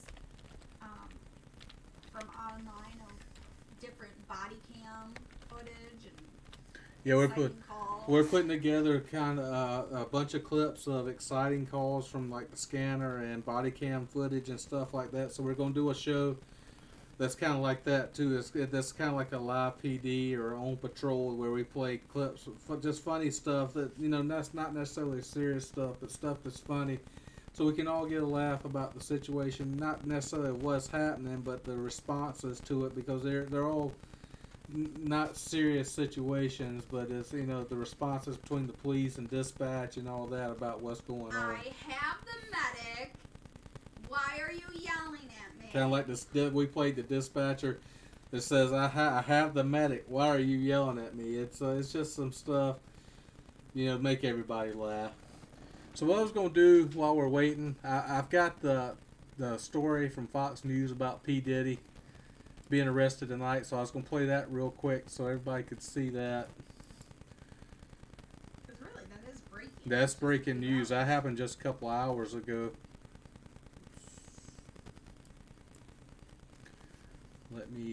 I'll put the flight radar up here. So we're on that. Are you okay? And let's see, where is... Alright. Where's that buddy? Are you okay? You can tell Marquette ate a CBD gummy, so that happened. There's that. Another breaking news. And other breaking news, our cat ate part of a CBD gummy, so there's that too. So he only ate a small piece. Now he's looking at me.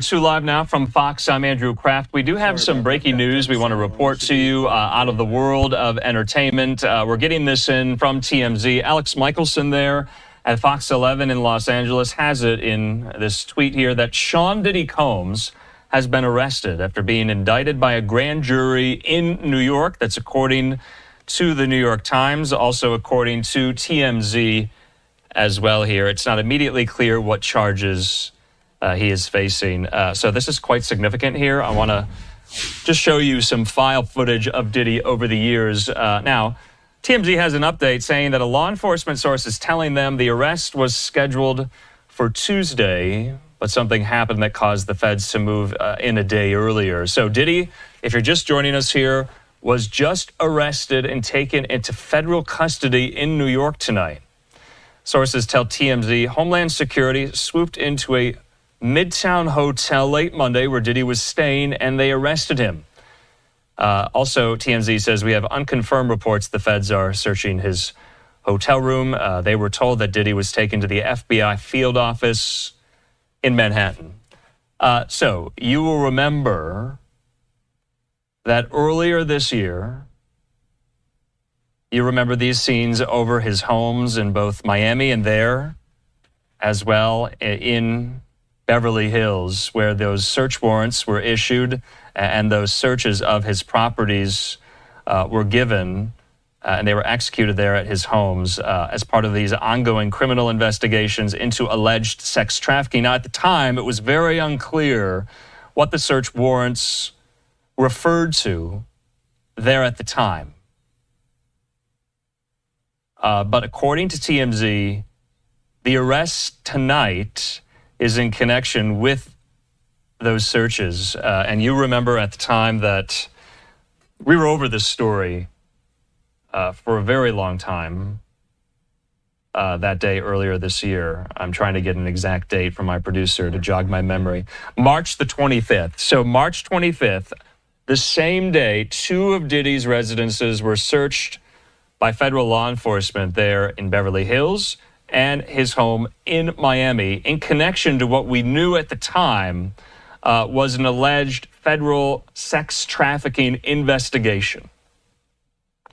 And you remember these scenes, his mansion there in the Holmby Hills and his mansion there in Miami. So this is breaking right now. We are working to get more details. We are working to get more people on the line to help us make sense of what exactly happened today. But all we know right now is that Diddy has been arrested in New York. The New York Times and TMZ both have it.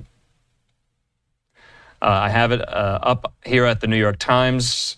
They say this, I'm reading from their piece, that Sean Combs, the music mogul whose career has been upended by sexual assault lawsuits in a federal investigation, was arrested in Manhattan on Monday evening after a grand jury indicted him. Now, this is important. At the time, we brought on legal affairs journalist Megan Cuniff, who is based in Los Angeles, and she noted at the time, back in March, that it looked like these warrants were approved by judges in New York, which led Megan Cuniff to believe at the time that maybe the U.S. Attorney's Office in the Southern District of New York was the lead on these probes and these investigations into federal sex trafficking allegations here. Now, that was Megan Cuniff's supposition at the time. I think it has borne out now because Diddy was arrested by federal authorities in Manhattan. And from what I was told, from what I remember at the time, a judge in New York signed off on the search warrants for the searches of his properties in Los Angeles and in Miami. Now, if we get any more clarification on that, or if Megan Cuniff, who we might bring on, can correct me if I'm wrong here.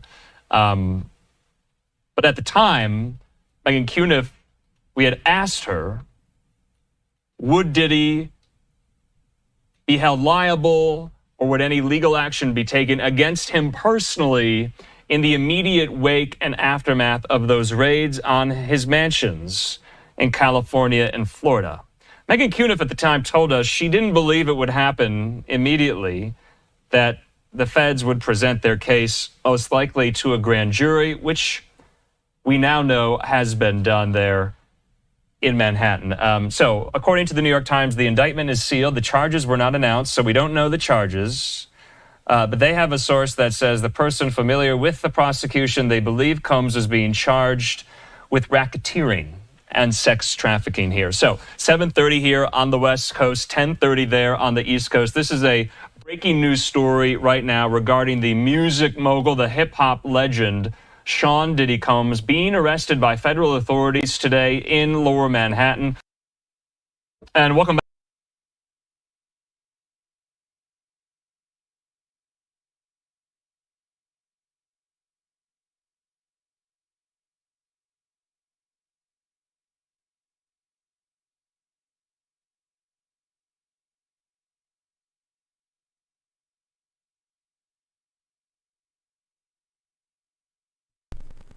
So what are y'all's thoughts about that? I mean, you know, he's been I'm trying to remember. It was earlier this year that he got in trouble. So I can't remember. I can't remember now when he got in trouble, but I know it was earlier this year, and he ran off to like a island around the Dominican Republic, so he couldn't. So they weren't extraditing him back to the United States. So I'm not sure why he decided to come back. ETA on the State Highway traffic. So, about 9.5 miles at 470. So what are y'all's thoughts on why he came back? I mean, he very easily could have lived whichever island. Okay, they're gonna get done talking here in a second. Well, give me a case. Now, one possession control substance. First degree. Everything. 10-4. So nothing really Joseph Couch 10-4. related. Although they do seem to know every time I talk, they pop back on. So, what are your thoughts on P Diddy? Why did he come back? I mean, Maybe he thought he would get immunity from certain people in government. Right, I don't know if he thought, like Allie just said, did he think he'd get immunity from certain people in government? Nothing's really changed. It's only been like 6 or 7 months since this happened. So you would think that he would stay where he was at because he obviously had a house and everything set up. So, and they weren't going to extradite him. So I was kind of shocked that he came back to New York to get. Or maybe he had a lawyer say, "I can beat this." Maybe he had a lawyer say he could beat this. I don't know. Bubble says the authorities really took their time to do this. They must have been trying to make something stick. Kind of surprising he didn't flee to a country without extradition. He did flee. I know for at least whenever they were first investigating him, he hopped on a plane in Miami and went to it was one of the islands around the Dominican Republic. I can't remember which one, but he apparently had a house there, and they said that they would not, whatever country it was or island it was, they would not extradite him, Bubble. So I don't know why he would come back. I mean, I guess, he ain't making the money he would be if he was here. But, at least he wasn't getting arrested. I'm glad he came back. He needs to face court for what he did. So, it's definitely good that he came back. But, I was just kind of shocked that he did and wouldn't think that he ever would. But, I mean, I guess he decided somebody convinced him to do it or whatever. But apparently, as soon as he got off the plane, pretty much they arrested him. So I don't know if they notified the police he was coming back or if he turned himself in. They really didn't specify. But again, I was surprised that he did. Yeah, Jeff, I don't know who his legal representation is either. But maybe they think they can strike a deal. The evidence they had sounded like it was pretty damning whenever it first started happening, when the federal marshals raided, because they raided every house he had. They raided his house in New York and wherever he was in Florida, all at the same time. Well, I didn't see a white Bronco take off today, so right, we know he is. He's not living with OJ in the white Bronco for sure. So, I mean, who knows? It'll be interesting to watch and see what happens. He could really, unless he's got something pretty damning that they want him to testify on somebody else that's a bigger fish than him, he could do a good bit of time. Maybe John Melendez texted his FBI contact. Yeah, maybe Stuttering John texted his FBI contact, Jeff, and told him that P Diddy was okay with him, so he was okay for him to come back. So I don't know what's going to happen. That'll be an interesting story to kind of follow, to see the public. That trial will be very public when he does go to trial, and see what evidence they present against him, assuming it does go to trial. So it should be interesting. Yeah, but He couldn't get the NFL games over there, so he had to come back to Right. He couldn't get the NFL games in the Dominican Republic, so he had to come back. Jeff said racketeering charges are very serious. I can't say one way or other what kind of deal could be made. Right. I don't know. Unless he's got something on Epstein or something they're wanting to get from him. I don't know. Just said, do you think Diddy offered SJ a record deal? If P Diddy offered Stuttering John a record deal, he's done. Have lost his hearing. Yeah, as well. he lost his hearing and his mind all at the same time, because we all know that's not going to be a pretty sound coming off that record deal. So I don't know. We'll see. It'll definitely, like I said, will be something that we watch. Keep follow that story. So P Diddy mosey on by to the FBI office and got arrested today. Another story, I had the story pulled up too, the flooding then on the coastal part of North Carolina and South Carolina. I think that pipe thing was kind of interesting too.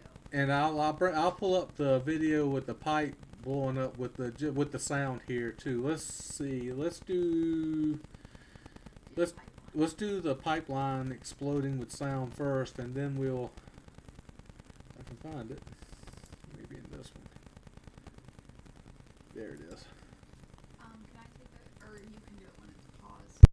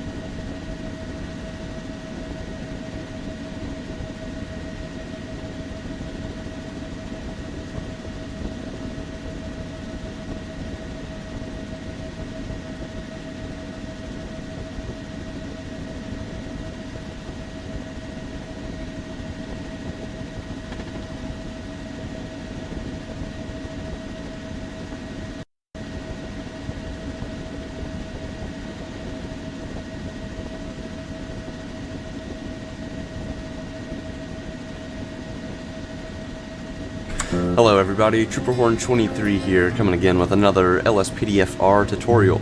Today we're going to be installing Interaction Plus, and I'm going to show you how to use it and install it and all that good stuff. So all we're going to need today is this file folder on my desktop, sorry I can't talk, and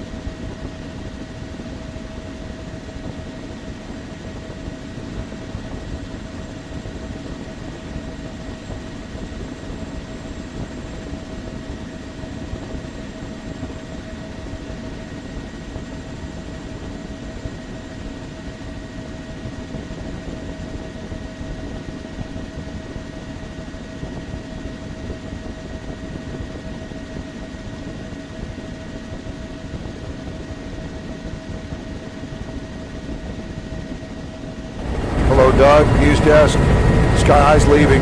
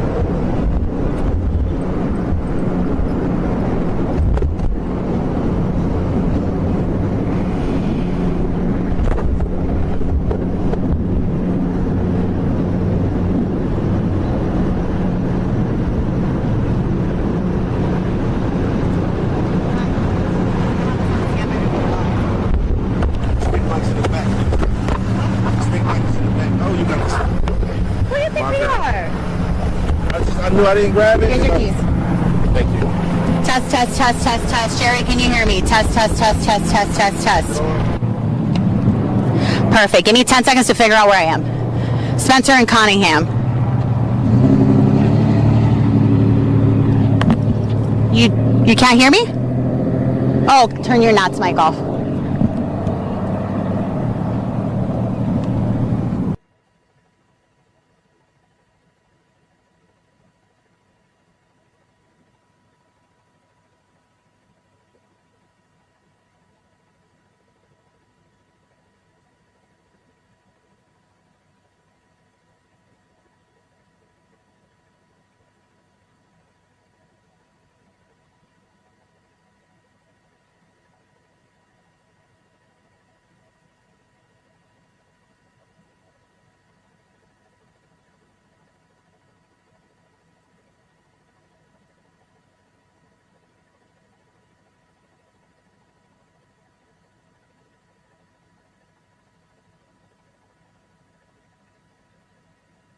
Not a whole lot of talking with this video. I thought there was more, but you can just see the devastation and explosion like this has caused. I work, as I was mentioned before, I worked in the environmental field and dealt with tanks exploding and stuff like that, which I'm an engineer, environmental engineer, so I've dealt with situations like this before, and they're no fun. You can see, luckily, I'm not sure how nobody got killed from that explosion, to be honest with you.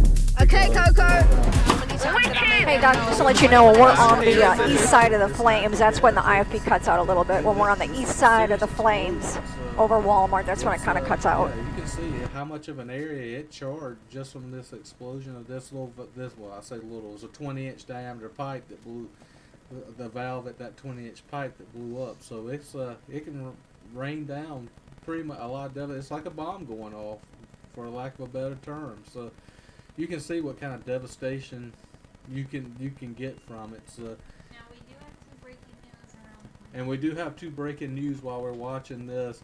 We had in Cleveland, Ohio, on the scanner, there is a major police chase going on, and then in Baltimore, Maryland, we have a shooting involving a police officer. I'm not going to put on. We don't want to put on the police officer being shot because I don't for respect for the family. So we try not to put stuff on that. We know it's unlikely that any of their family members are listening or anything like that. Hello, Doug. Right. We don't want to play No. over. No, we've been up in the air a while and just trying to relay the information. We've got about 15 minutes more to on the scene. Before we have to go back. You can tell everybody that for us.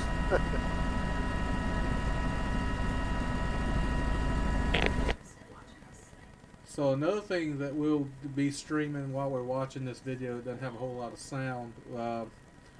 You heard accidentally a tutorial came on. We play a game called LSPDFR. It's based on Grand Theft Auto, but you're a police officer, and it's like a police simulation. So, or a firefighter or a paramedic or whatever, but it's in a real world. You do it with other people. It's like kind of a role play like thing. But we do it with comedy, making comments like we're watching live PD or something like that. So, and our calls turn into a comedy show. Ooh, wow, that's a children's playground is just completely on fire from this explosion. That's crazy. So, we were just going to ask if everybody would be interested in watching us do that. You know, again, we do it for laughs and we have fun doing it, and it has all kinds of crazy calls that come through dispatch while we're on duty playing the games. Just We've spent probably a good week nonstop. right, I spent a good week nonstop. It's not easy. It's not like just going into Grand Theft Auto. I had to set up some stuff to be able to play it with modding the game and stuff like that. So.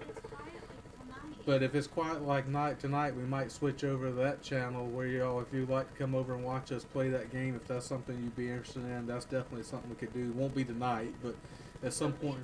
Leave a thumbs up or Right. something.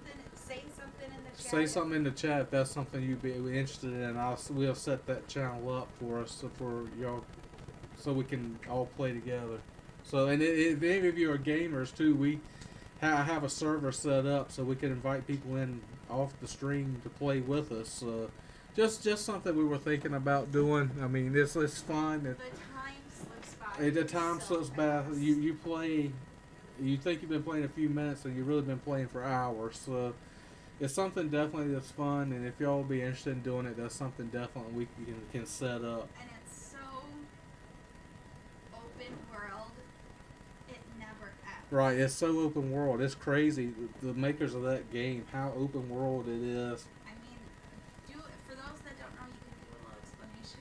We can conduct on our traffic stops. We can search a car, search a person. Right, it's like real life police. You search a car, search a person, write the report real quick in the car and stuff like that. Everybody's saying yes, they'd like to see it. So that's something I'll work with it.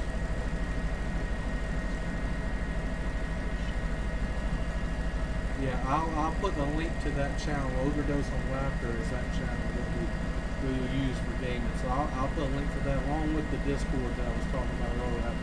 Right now, it's kind of hard for me going to talking as well, but I'll get that in there in just a minute with the next video. So anyway, going back to this video, you can see the devastation that it caused. So it was quite a mess. So I was going to go now and show you the flooding from Tropical Storm Gordon. It's still the Laurel County, Kentucky scanner's still up, and it's really quiet. So that's why you're not hearing anything. They come in every once in a while. I don't have it turned off. So let's see. Let me Tropical Storm Gordon.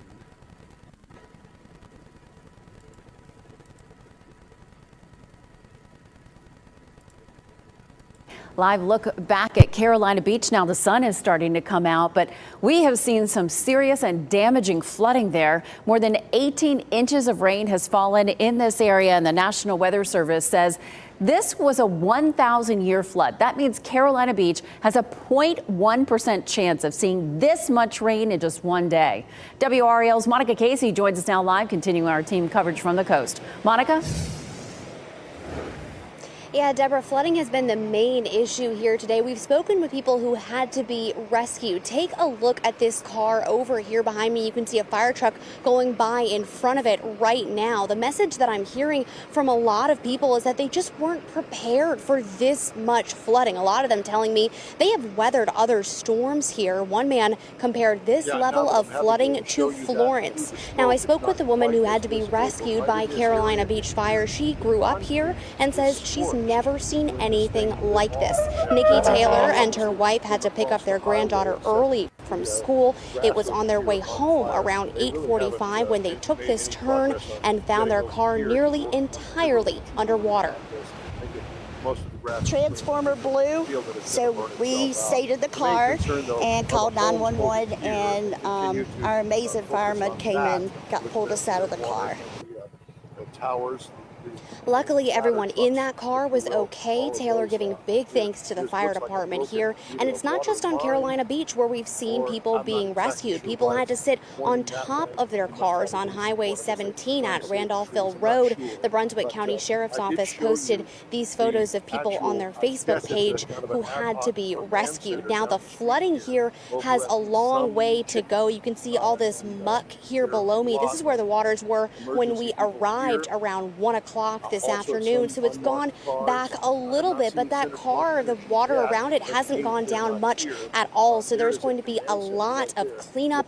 Winds have also been a big issue here today. We've seen a little bit of damage to some businesses. We'll speak with some people on that end of things coming up at 5:30. Live at Carolina Beach, Monica Casey, WRAL News. Burning to get it out of that pipeline. Something I'm not knowing. Get the feeling you're about to take flight. Out of the ground right there. Looks great. It's truly amazing the amount of product that's coming out. Oh.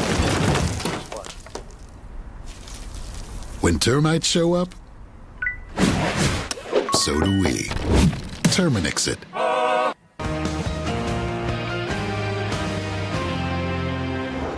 Some new developments with our tropical system in just the last 20 minutes. We now have some thunder and lightning and the first tornado warning down closer to the coast. I'll show you when we could see that and how much rain before this all moves out.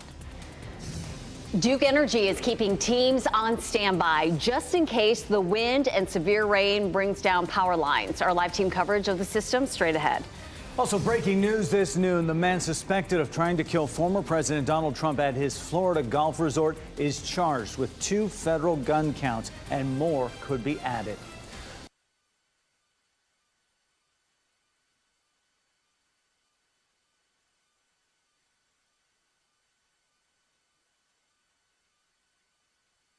So you can see that the tropical storm, even though it's not a hurricane and the wind's not going to be too crazy with it, it's still got a pretty significant, I think it's like 50 to 60 miles per hour on the wind, but there's just a significant amount of rain that's associated with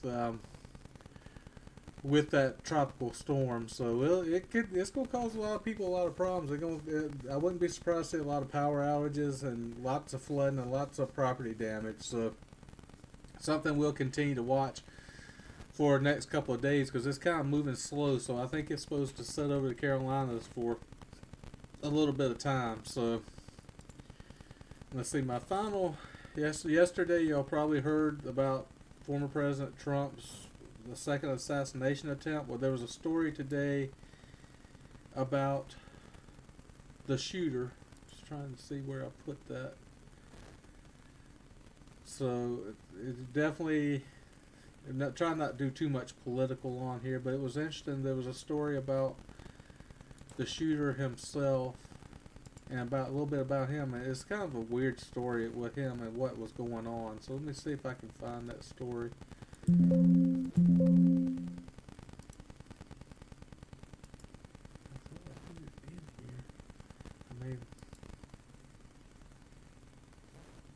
me 1 second. I may have to pull it up.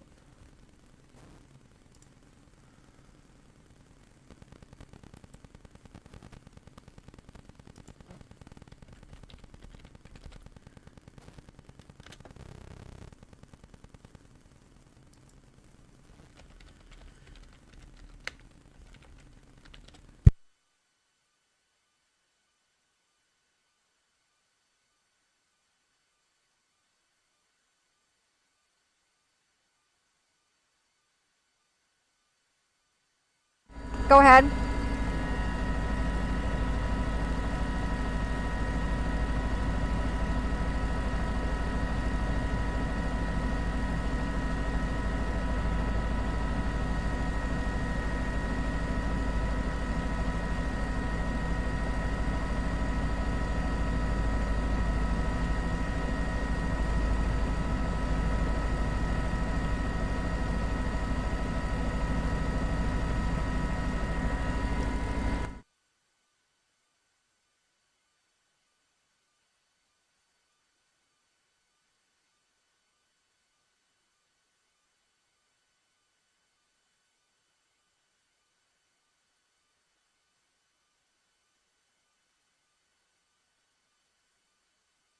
This is about good versus evil. This is a storybook, you know, any movie we've ever watched, this is definitely evil against good.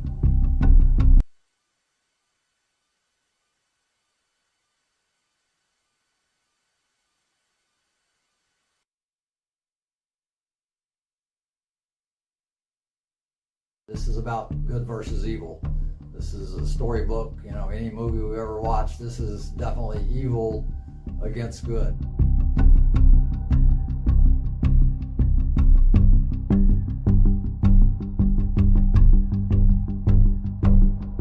President Trump, they were on the 5th hole, they were about to go up to putt, they heard pop, pop, pop, pop.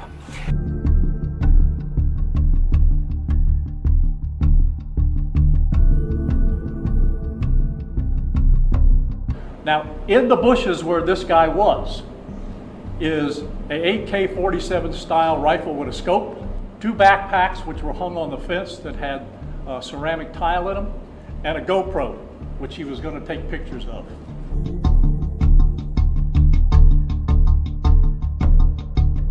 We were able to get a hit on that vehicle on I-95 as it was headed into Martin County.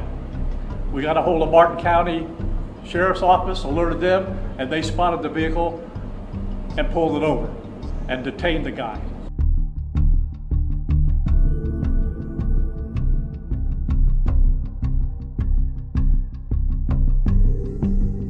The suspect's demeanor I would describe as having a relatively calm, flat affect.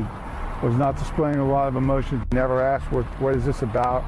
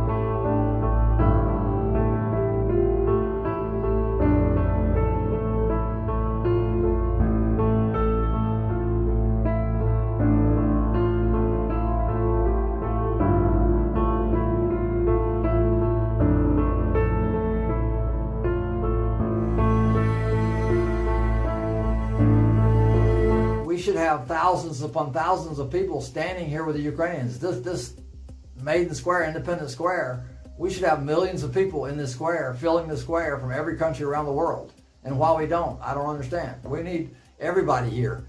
You know, if you have no skills, just come. You know, we need to be cheerleaders. Just being here and saying, hey, I support the Ukrainians, and I support human rights, and I support good and generosity and caring and kindness and altruism, and it's just, you know, we need to show the world that we care.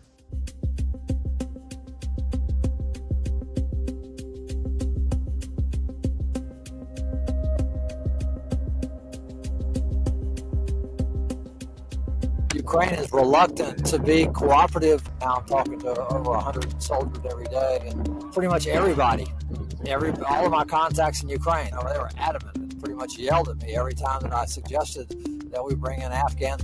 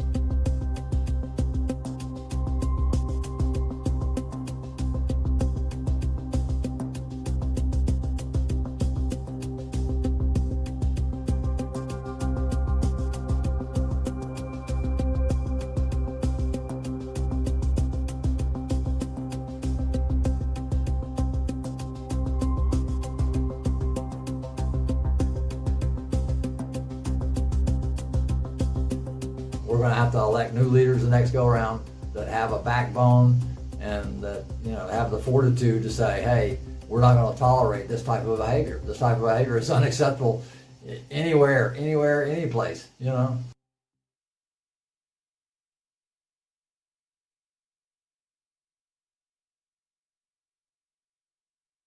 This is a CBS News special report. I'm Nora O'Donnell in Washington, and we are coming on the air with breaking news as the FBI and Secret Service are set to give an update on the investigation into the apparent assassination attempt of former President Donald Trump. The FBI has said Trump was the target of what appears to have been a planned assassination at his West Palm Beach, Florida golf club. Now, that suspect, Ryan Wesley Routh, appeared in federal court today where he was charged with possession of a firearm by a convicted felon and possession of a firearm with an obliterated serial number. So more charges are possible. Court documents also revealing today that Routh was camped outside of the golf course for nearly 12 hours, lying in wait before he was spotted by the Secret Service. Now, it does not appear that the suspect fired any shots at the former president and that the only gunfire came from the Secret Service. Let's listen now to Sheriff Rick Bradshaw of the Palm Beach County Sheriff's Office. Which is the U.S. Attorney, FBI, Secret Service. We're going to give you everything that we have. We're going to give you the latest updates. They're going to tell you what's going on with the investigation, everything. And then we're going to do a limited amount of questions. So make them good, all right? Don't get into what if and all this. Get legitimate questions. We got it? Yes, sir. Okay, everybody ready? Yes, sir. Okay. We're here today to give an update on the investigation in regards to the incident at Trump International. With me is the U.S. Attorney, the FBI, and the Secret Service. Just to give you a little information, as you well know, the road down there on Summit is still blocked off. It will be blocked off probably for the remainder of today and probably a good portion of tomorrow until some of the investigative things need to be done and finished. But we're accommodating people in and out, getting them to the library, getting them to the post office, so the public is not going to be that far inconvenienced. The security level at Mar-a-Lago is the highest it can possibly be now. The road closures are back in place and will remain there. The checkpoints are in place. And my commitment to the Secret Service is to give them every possible resource from PBSO. Once they determine the level of security that they need, they will get all the resources possible. So having said that, I'll let you talk to the U.S. Attorney. Thank you, Sheriff.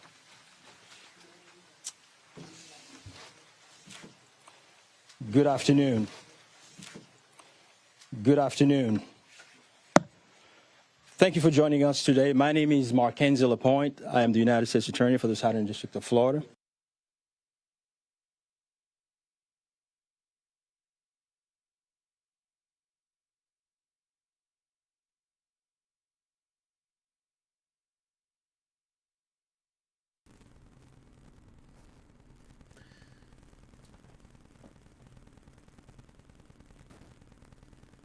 Okay, I stopped. That was a long video, but I mainly want to go over the shooter of Trump. I'll talk about that in just a second. Jeff, I saw your thing in the chat. I'm from South Carolina originally, and Beaufort is supposed to get some rain, but they're not going to get inundated with flooding, is my understanding. But I'll continue to watch that for you too. And if I hear anything from my local sources in South Carolina tomorrow, I'll definitely let you know. But as of right now, they were going to get some rain, but they weren't going to get.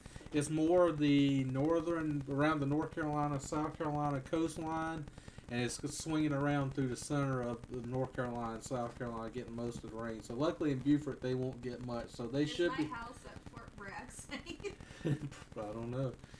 So yeah, we'll definitely watch that for you though, Jeff. And if we hear anything, I'll let you know for sure. So the interesting part of that video, I didn't want to go into the whole second assassination attempt yesterday and stuff like that, but because most of you have already heard that since that happened yesterday. But the alleged shooter, which by the way I heard today that he never really shot. Although I heard yesterday they said they did hear shots, so I don't know if shots actually happened or not. But they found his AK-47 and bag and stuff. He's an interesting fellow. He was highly involved with the Ukraine and getting stuff into the Ukraine and getting food into Kiev and stuff like that. So it's kind of an interesting story to, you know, you can probably look up on YouTube too. You see more information about him. But so yeah, it's an interesting story about him. But you wanna, you know, he's worth looking at. It's definitely interesting. He seems a little bit kooky, and his girlfriend or fiance set up like a GoFundMe to help him do that, the stuff in Kiev and stuff. He sounds like he's not a bad guy. I don't know what exactly happened. He's from Hawaii, I don't know what exactly drove him over the edge to cause that to happen. So it's a storyline that's worth watching as well. So that's something we will continue to watch. As we get more information, we'll definitely let everyone know about it. So there's not a lot going on tonight with Joseph Couch. We just want to come in and spend time with our family and tell you what happened today. We'll come on in the morning. As far as I'll do like I've been doing during the day, I'll start to stream up with if there's anything going on and put the flight radar and scanners and stuff up.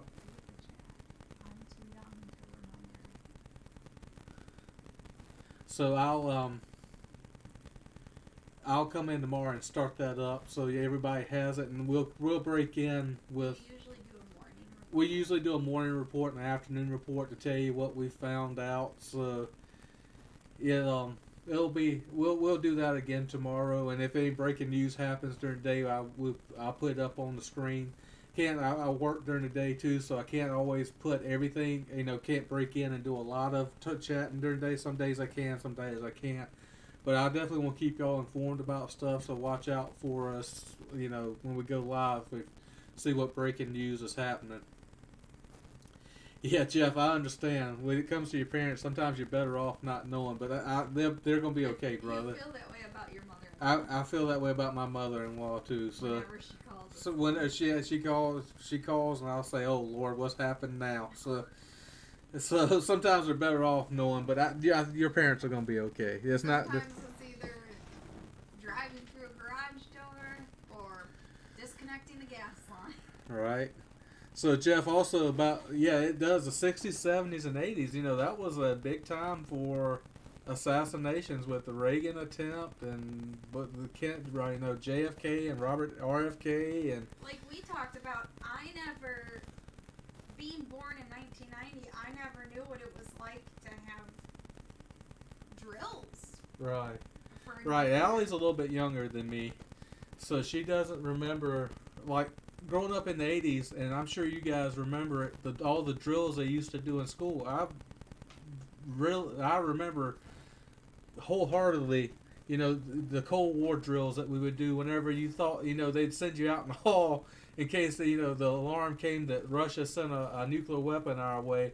So they go make you go out in the hall, sit on the floor, and put a book over your head, and lean your body down against your legs, sitting Indian style, and putting a book over the top of your head, and doing the drill for the Cold War nuclear weapon stuff. Now, exactly what that book and sitting in the hall was going to do if Russia dropped a nuclear weapon on us. Well, that's what made 9/11 so scary for me. I was in 6th grade. My birth dad was an FDNY firefighter. I don't care if you say that, but in my time, being born in 90, I don't care if you say that even.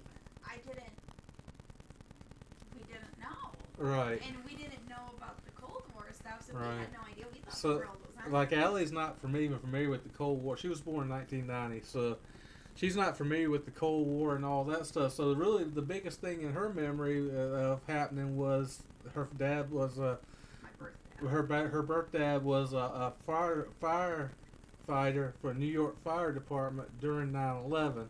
So she remembers. That's the biggest thing she remembers. But I mean, I remember all the Cold War, all that stuff that happened. Chernobyl, going to melt down, all that stuff. So she's not as familiar with all that stuff. So I have to enlighten her sometimes about when we see stuff in movies and stuff that we're watching about what happened. So yeah. So they were trying to make you get in a position to kiss your own ass goodbye. Yeah, definitely, because that's all the hell it was going to do. Was somebody drops a nuclear weapon anywhere close to where you're at, that book in the hallway ain't gonna save your life. I thought of a segment, and Jeff would need to sit there and draw while we're having this mayhem go off. Storm chasing. We're not. And Jeff has to draw a picture of a tornado and us kissing our asses goodbye. We're not storm chasing. We should storm chase. We're not Reed Timmer. We're not chasing hurricanes and tornadoes. I think Jeff would totally do it with us. We're not getting in a van with Jeff and going Then I'll ask Bubble, somebody. and we're not going to ask Bubble to get in a van with us. I'm not putting people's lives just because you want us to chase a tornado. And if we lose audio, Jeff just has to draw pictures of us screaming. Yeah, Allie's volunteering you, Jeff, that if we're storm chasing, if we lose the stream, you have to draw a tornado. None of that's going to happen. That's all stuff that happens in Allie's mind. It's not going to happen in the real world. So, yeah, it was an interesting time in the 80s. Between assassinations, the Challenger, and all the stuff that happened. It was, you think about how chaotic times are now, but times were just as chaotic back then. We didn't know how chaotic they were because we didn't have the internet and social media, so we couldn't follow it as closely. So it was just as chaotic back then as it is now, unfortunately. I'm gonna come join you so I can sit there and be close to the mic. So Jeff said, so storm chasing or baby goat? What direction you want to go in?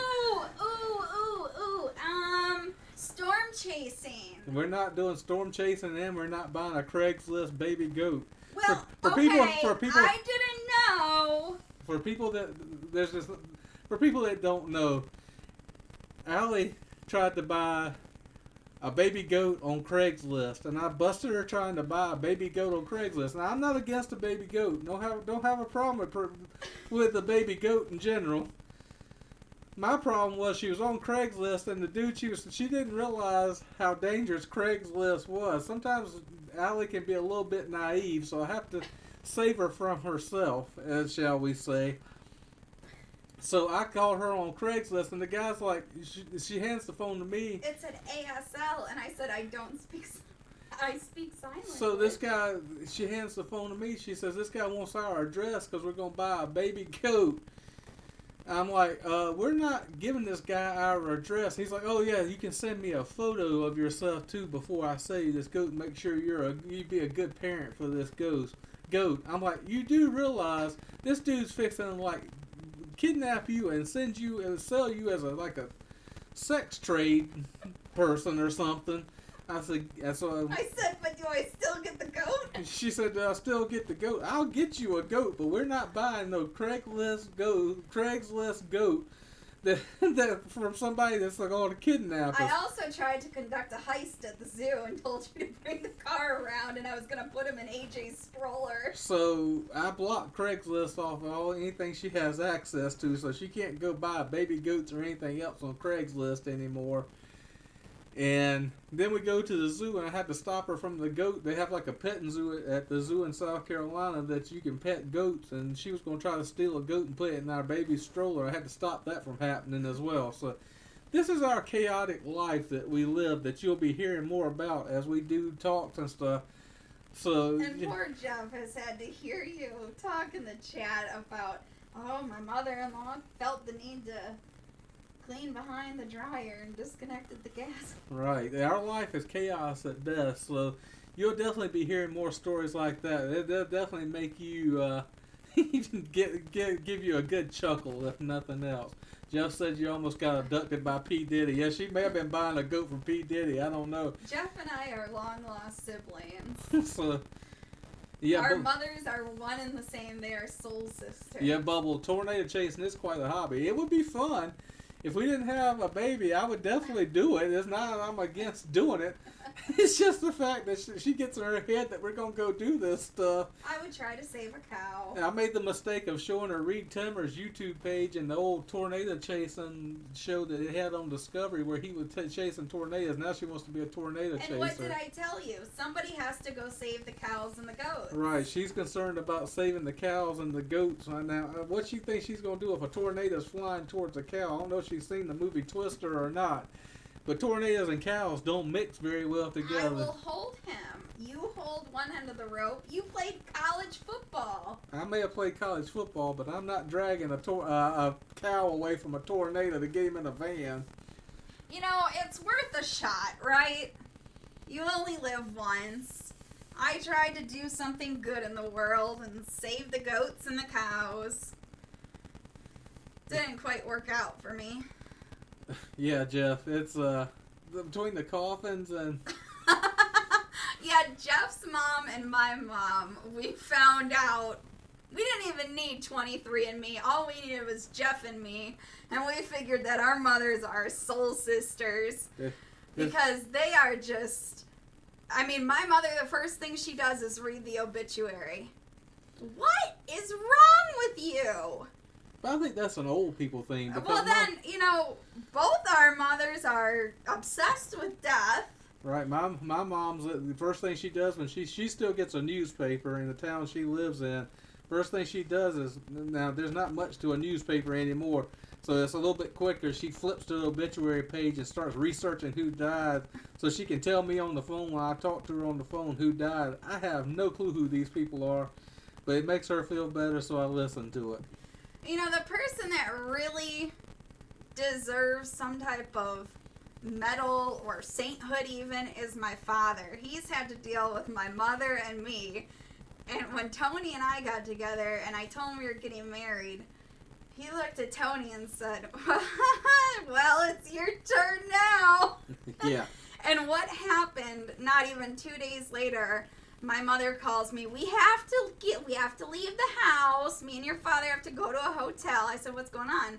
I think there's a gas leak. I said, oh no, did you call, DTE? Did you get consumers out there? And she goes, yeah. And she called my brother out there, not Jeff, my other brother.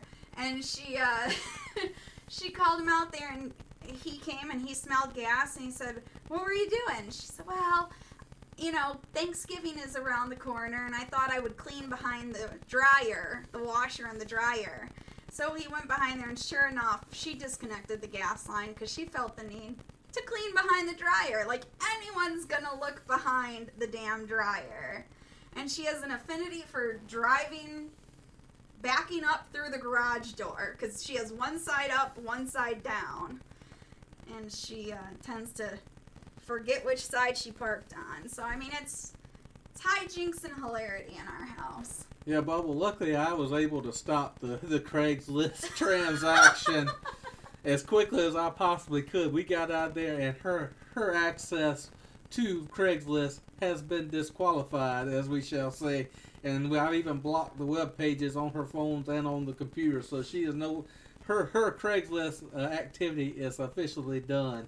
And you guys will hear for sure. One thing I can promise you, and I know Tony can promise this, if there's any new scams, so whether you've fallen prey to scams, see, I need to go, or whether you have parents that have fallen for scams, you'll hear about all the scams from us before anywhere else. Because Tony will come on and tell you how he got rid of the virus, or what we had to do to call the bank and get a new card and change information, because I fall for every scam out there. She'll sit there I'll be on the computer working and she'll be on her phone. Oh, I just got a text from the post office that says that my package got delayed at the warehouse. Do I click on it? And if you were here, all you would hear me scream is, no, don't click on nothing. Don't click on any text that you get. Nobody sent you shit. I said, nobody didn't send you shit. Stay off of that phone and mess with clicking on those scams coming into your phone. And I thought the IRS called, so I gave them $1,500 over the phone because they changed the color. She thought, before me and her met, she thought the IRS, she got a text or got a call from somebody with the quote-unquote IRS, and I'm not sure if y'all are familiar with like scam baiters and stuff on YouTube that catch these people. That's a big scam. They call you and tell you they're fixing to come arrest you unless you send them $1,500. And she sent them $1,500 thinking the IRS was coming to arrest her. I'm like, you do not. Now, what does your father-in-law do? My father-in-law yells at you. No, what does he do for a living? Oh, my father-in-law is a very big lawyer in Michigan. So,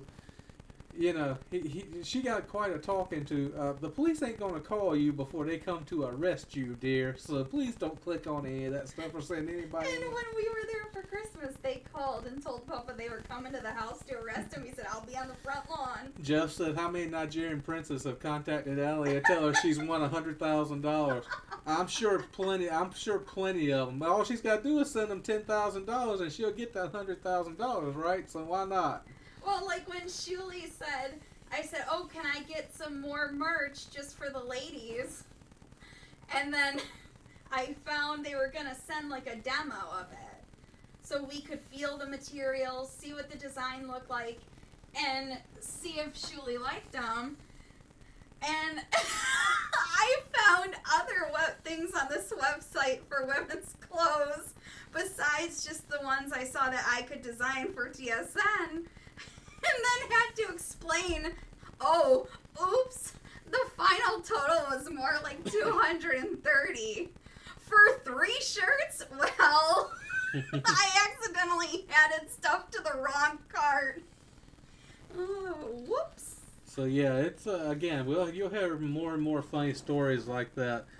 Yeah, Jeff, I missed that text. Yeah, old people are obsessed with obituaries. It's kind of morbid. I don't know. It's because I don't know. It's very weird to me that how they love the obituaries and they're not gonna miss a funeral for anybody. They're gonna go show up and sign the book at the funeral home. I'm from a small town in South Carolina.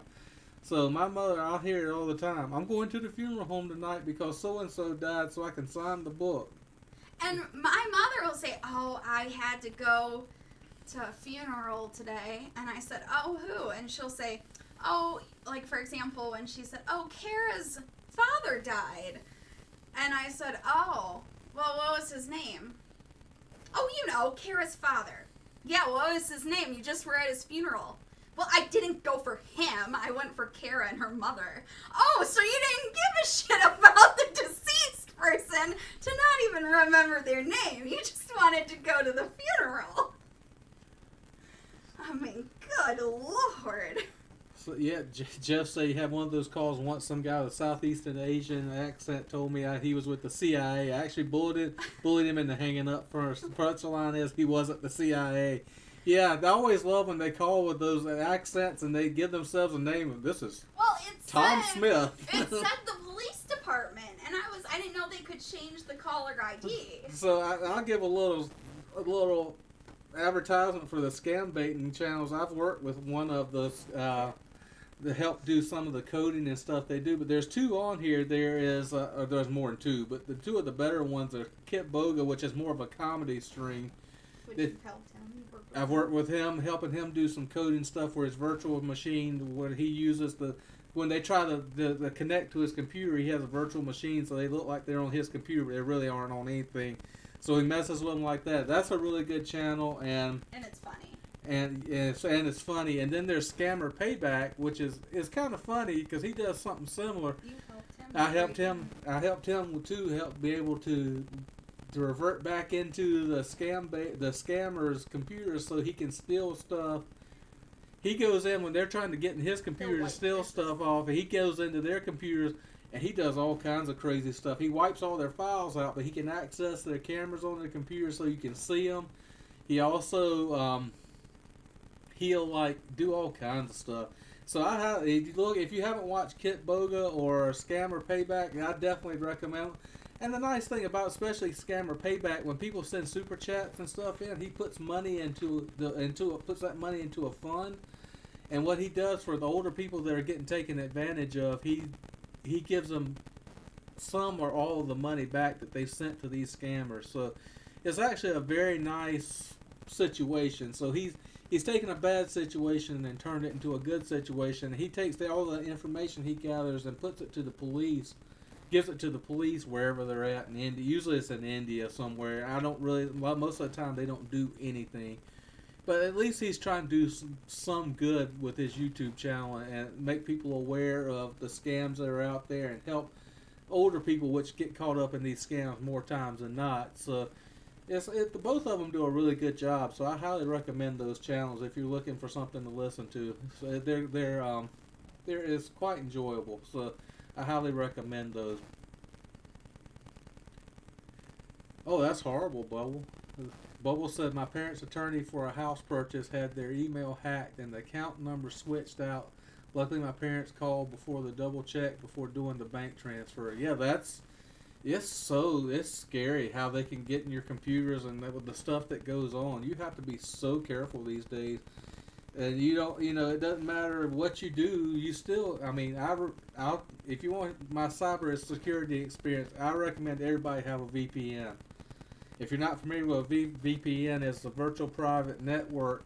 And what it does is your data, as it's being transferred, if you don't have a VPN, first it hides your IP address, so they don't get your private IP address. But when you send stuff across the internet, it's called data packets, and it takes those data. VPNs take that data packet and they use cryptic. They scramble it up so people can't get anything and change your personal information. So if they do get it, it's not the right information. So if you don't have a VPN, I highly recommend it. And if you can't afford one, Proton is the name of a company. They make a completely free VPN that works really well. So I highly recommend that one. It's free, it doesn't cost you anything, and it does the same thing as the ones that you pay for. So if you don't have that, I highly recommend you get one, so to protect your data, because like in those data packets you send across, some of the data in there, that if you don't have a VPN, is your banking information and stuff like that can be in there, and the VPN scrambles all that up so nobody can see it. So again, I highly recommend you get one if you don't, because it can save you a lot of headache if you don't have one.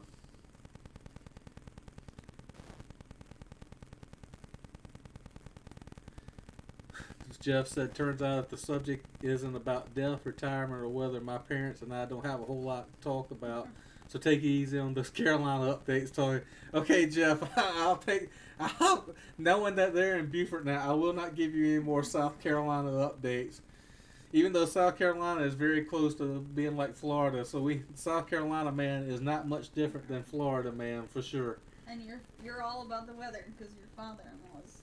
I'm all about the weather because my father-in-law, when we were down in South Carolina, he was worried that something was going to happen to LA because he didn't understand that we were in the central part of South Carolina hurricanes. Even though they may come over that area, they're so weakened down that we haven't had a significant hurricane in that area since Hugo back in the 80s. So he gets paranoid. But he gets paranoid, and we get a phone call. He watches the Weather Channel and the hurricane stuff and gets all upset. So, but anyway, guys, we don't have a whole lot else to talk about tonight. Again, in Kentucky, the Manhunt, really nothing's going on right now. The scanner hasn't gone off. The scanner actually is on Laurel County, and you haven't heard anything because they haven't put anything out. But it says it's online. So I appreciate everybody being here. That's a good idea, but Bubble says I use different devices for different purposes also, just to limit my risk. Every different Wi-Fi usernames, and even different Wi-Fi username and passwords. That's a very good idea. And that's a good thing too, with a VPN installed, it protects your Wi-Fi network as well. That's very good advice, Bubble, because you can't be too careful online anymore. So anyway, there is not anything else going on in Kentucky tonight. We'll be back on. I'll put up a stream with information during the day tomorrow. And if anything big happens, either it'll be in Kentucky or anywhere else in the news, I will definitely break in and have commentary. So. And we want to do that game tomorrow. And we'll do that game tomorrow. So if anybody's interested, wanting to be able to read, just email me at breakingnewshqteam at gmail.com, or help out in any way, just email me, and I'll figure out a way during the day tomorrow to get you. I'll email you the tech stuff or whatever, so we can definitely do that game tomorrow night, because unfortunately I feel like tomorrow's going to be very similar to today in Kentucky. There's not a whole lot going on. So everybody, thank you for being here. And anyone that goes and subscribes to Overdose on Laughter, thank you. Anybody that goes and subscribes to Overdose on Laughter, we thank you. We are working on merchandise for both of the Breaking News HQ and Overdose on Laughter. So we'll be doing some of those Grand Theft Auto streams pretty soon. And then whenever, usually my comedy streams, I'll be doing them, I'll be on stage with the rest of the ensemble doing the show, and then we'll have a camera with our sound guy, and he can, our lights and audio guys, and they can actually record it, and at the same time they can stream it, and they can live stream it straight to the Overdose on Laughter channel.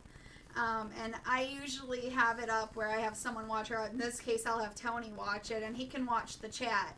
So my comedy shows, it's like Whose Line Is It Anyway? It's audience suggestions only. So everything is on the spot, made up. I mean, you can practice improv games, but you never know what people are going to suggest.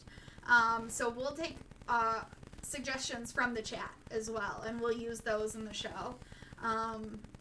So those are always a lot of fun. Those are on Fridays and Saturday nights. The shows are about an hour and a half, 2 hours long. They're at 8 o'clock, which is a completely family-friendly show. It doesn't get worse than PG-13. There's the 10 o'clock show, which is, more R-rated. And then some cities that have the comedy theater I work for, they have a midnight show. So occasionally, like when I go to Chicago or New York, I'll do their midnight show. But all of those will stream on our Overdose on Laughter channel, but most of the time it will be the GTA streams on there. So thank you for going over there, and if you subscribe to that, thank you.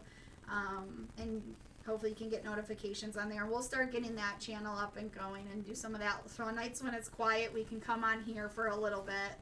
And if it's quiet like it is now, we'll say we're going to head over to that channel, and we'll switch over the room, and we'll switch over there and bring everyone in. So anyway, guys, we love y'all. Thank you for being here tonight. Join our Discord. The link is in the chat. Back up a little bit. We'd love to have you in there, be a part of the family. And so we'll see y'all later on today now. But again, we love y'all. Stay safe.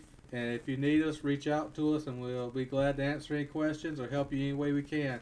Y'all have a good night.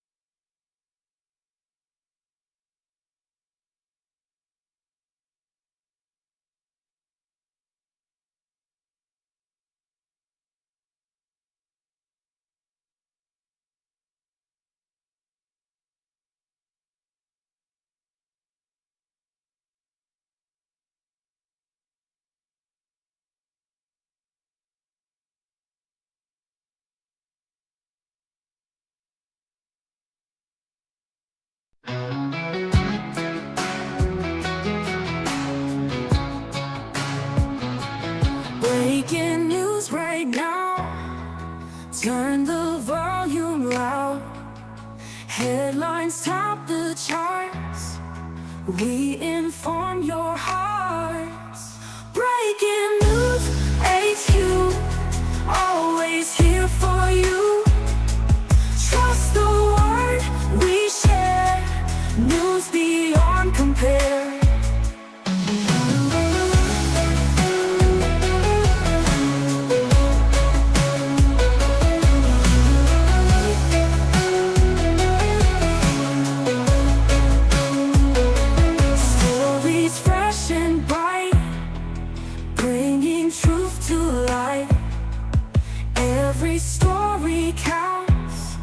Watch the views amount. Breaking news, HQ, always here for you. Trust the word we share. News beyond compare. In the fast-paced stream, we're your trusted team. Facts we can't ignore, bringing you much more. Breaking news, HQ, always here for you. Trust the word we share.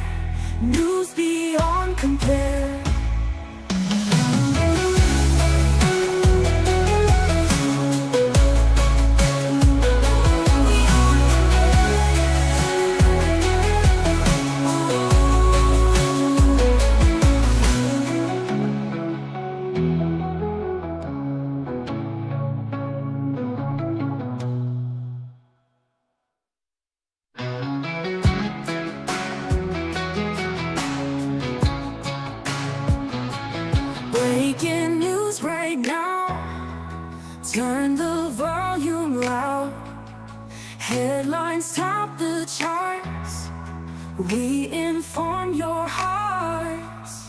Breaking news, HQ, always here for you. Trust the word we share, news beyond compare.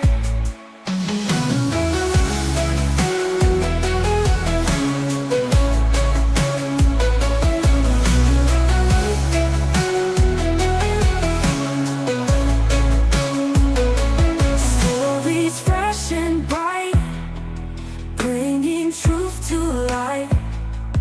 Every story counts, watch the views amount. Breaking news, HQ, always here for you. Trust the word we share, news beyond compare. In a fast-paced stream, we're trusted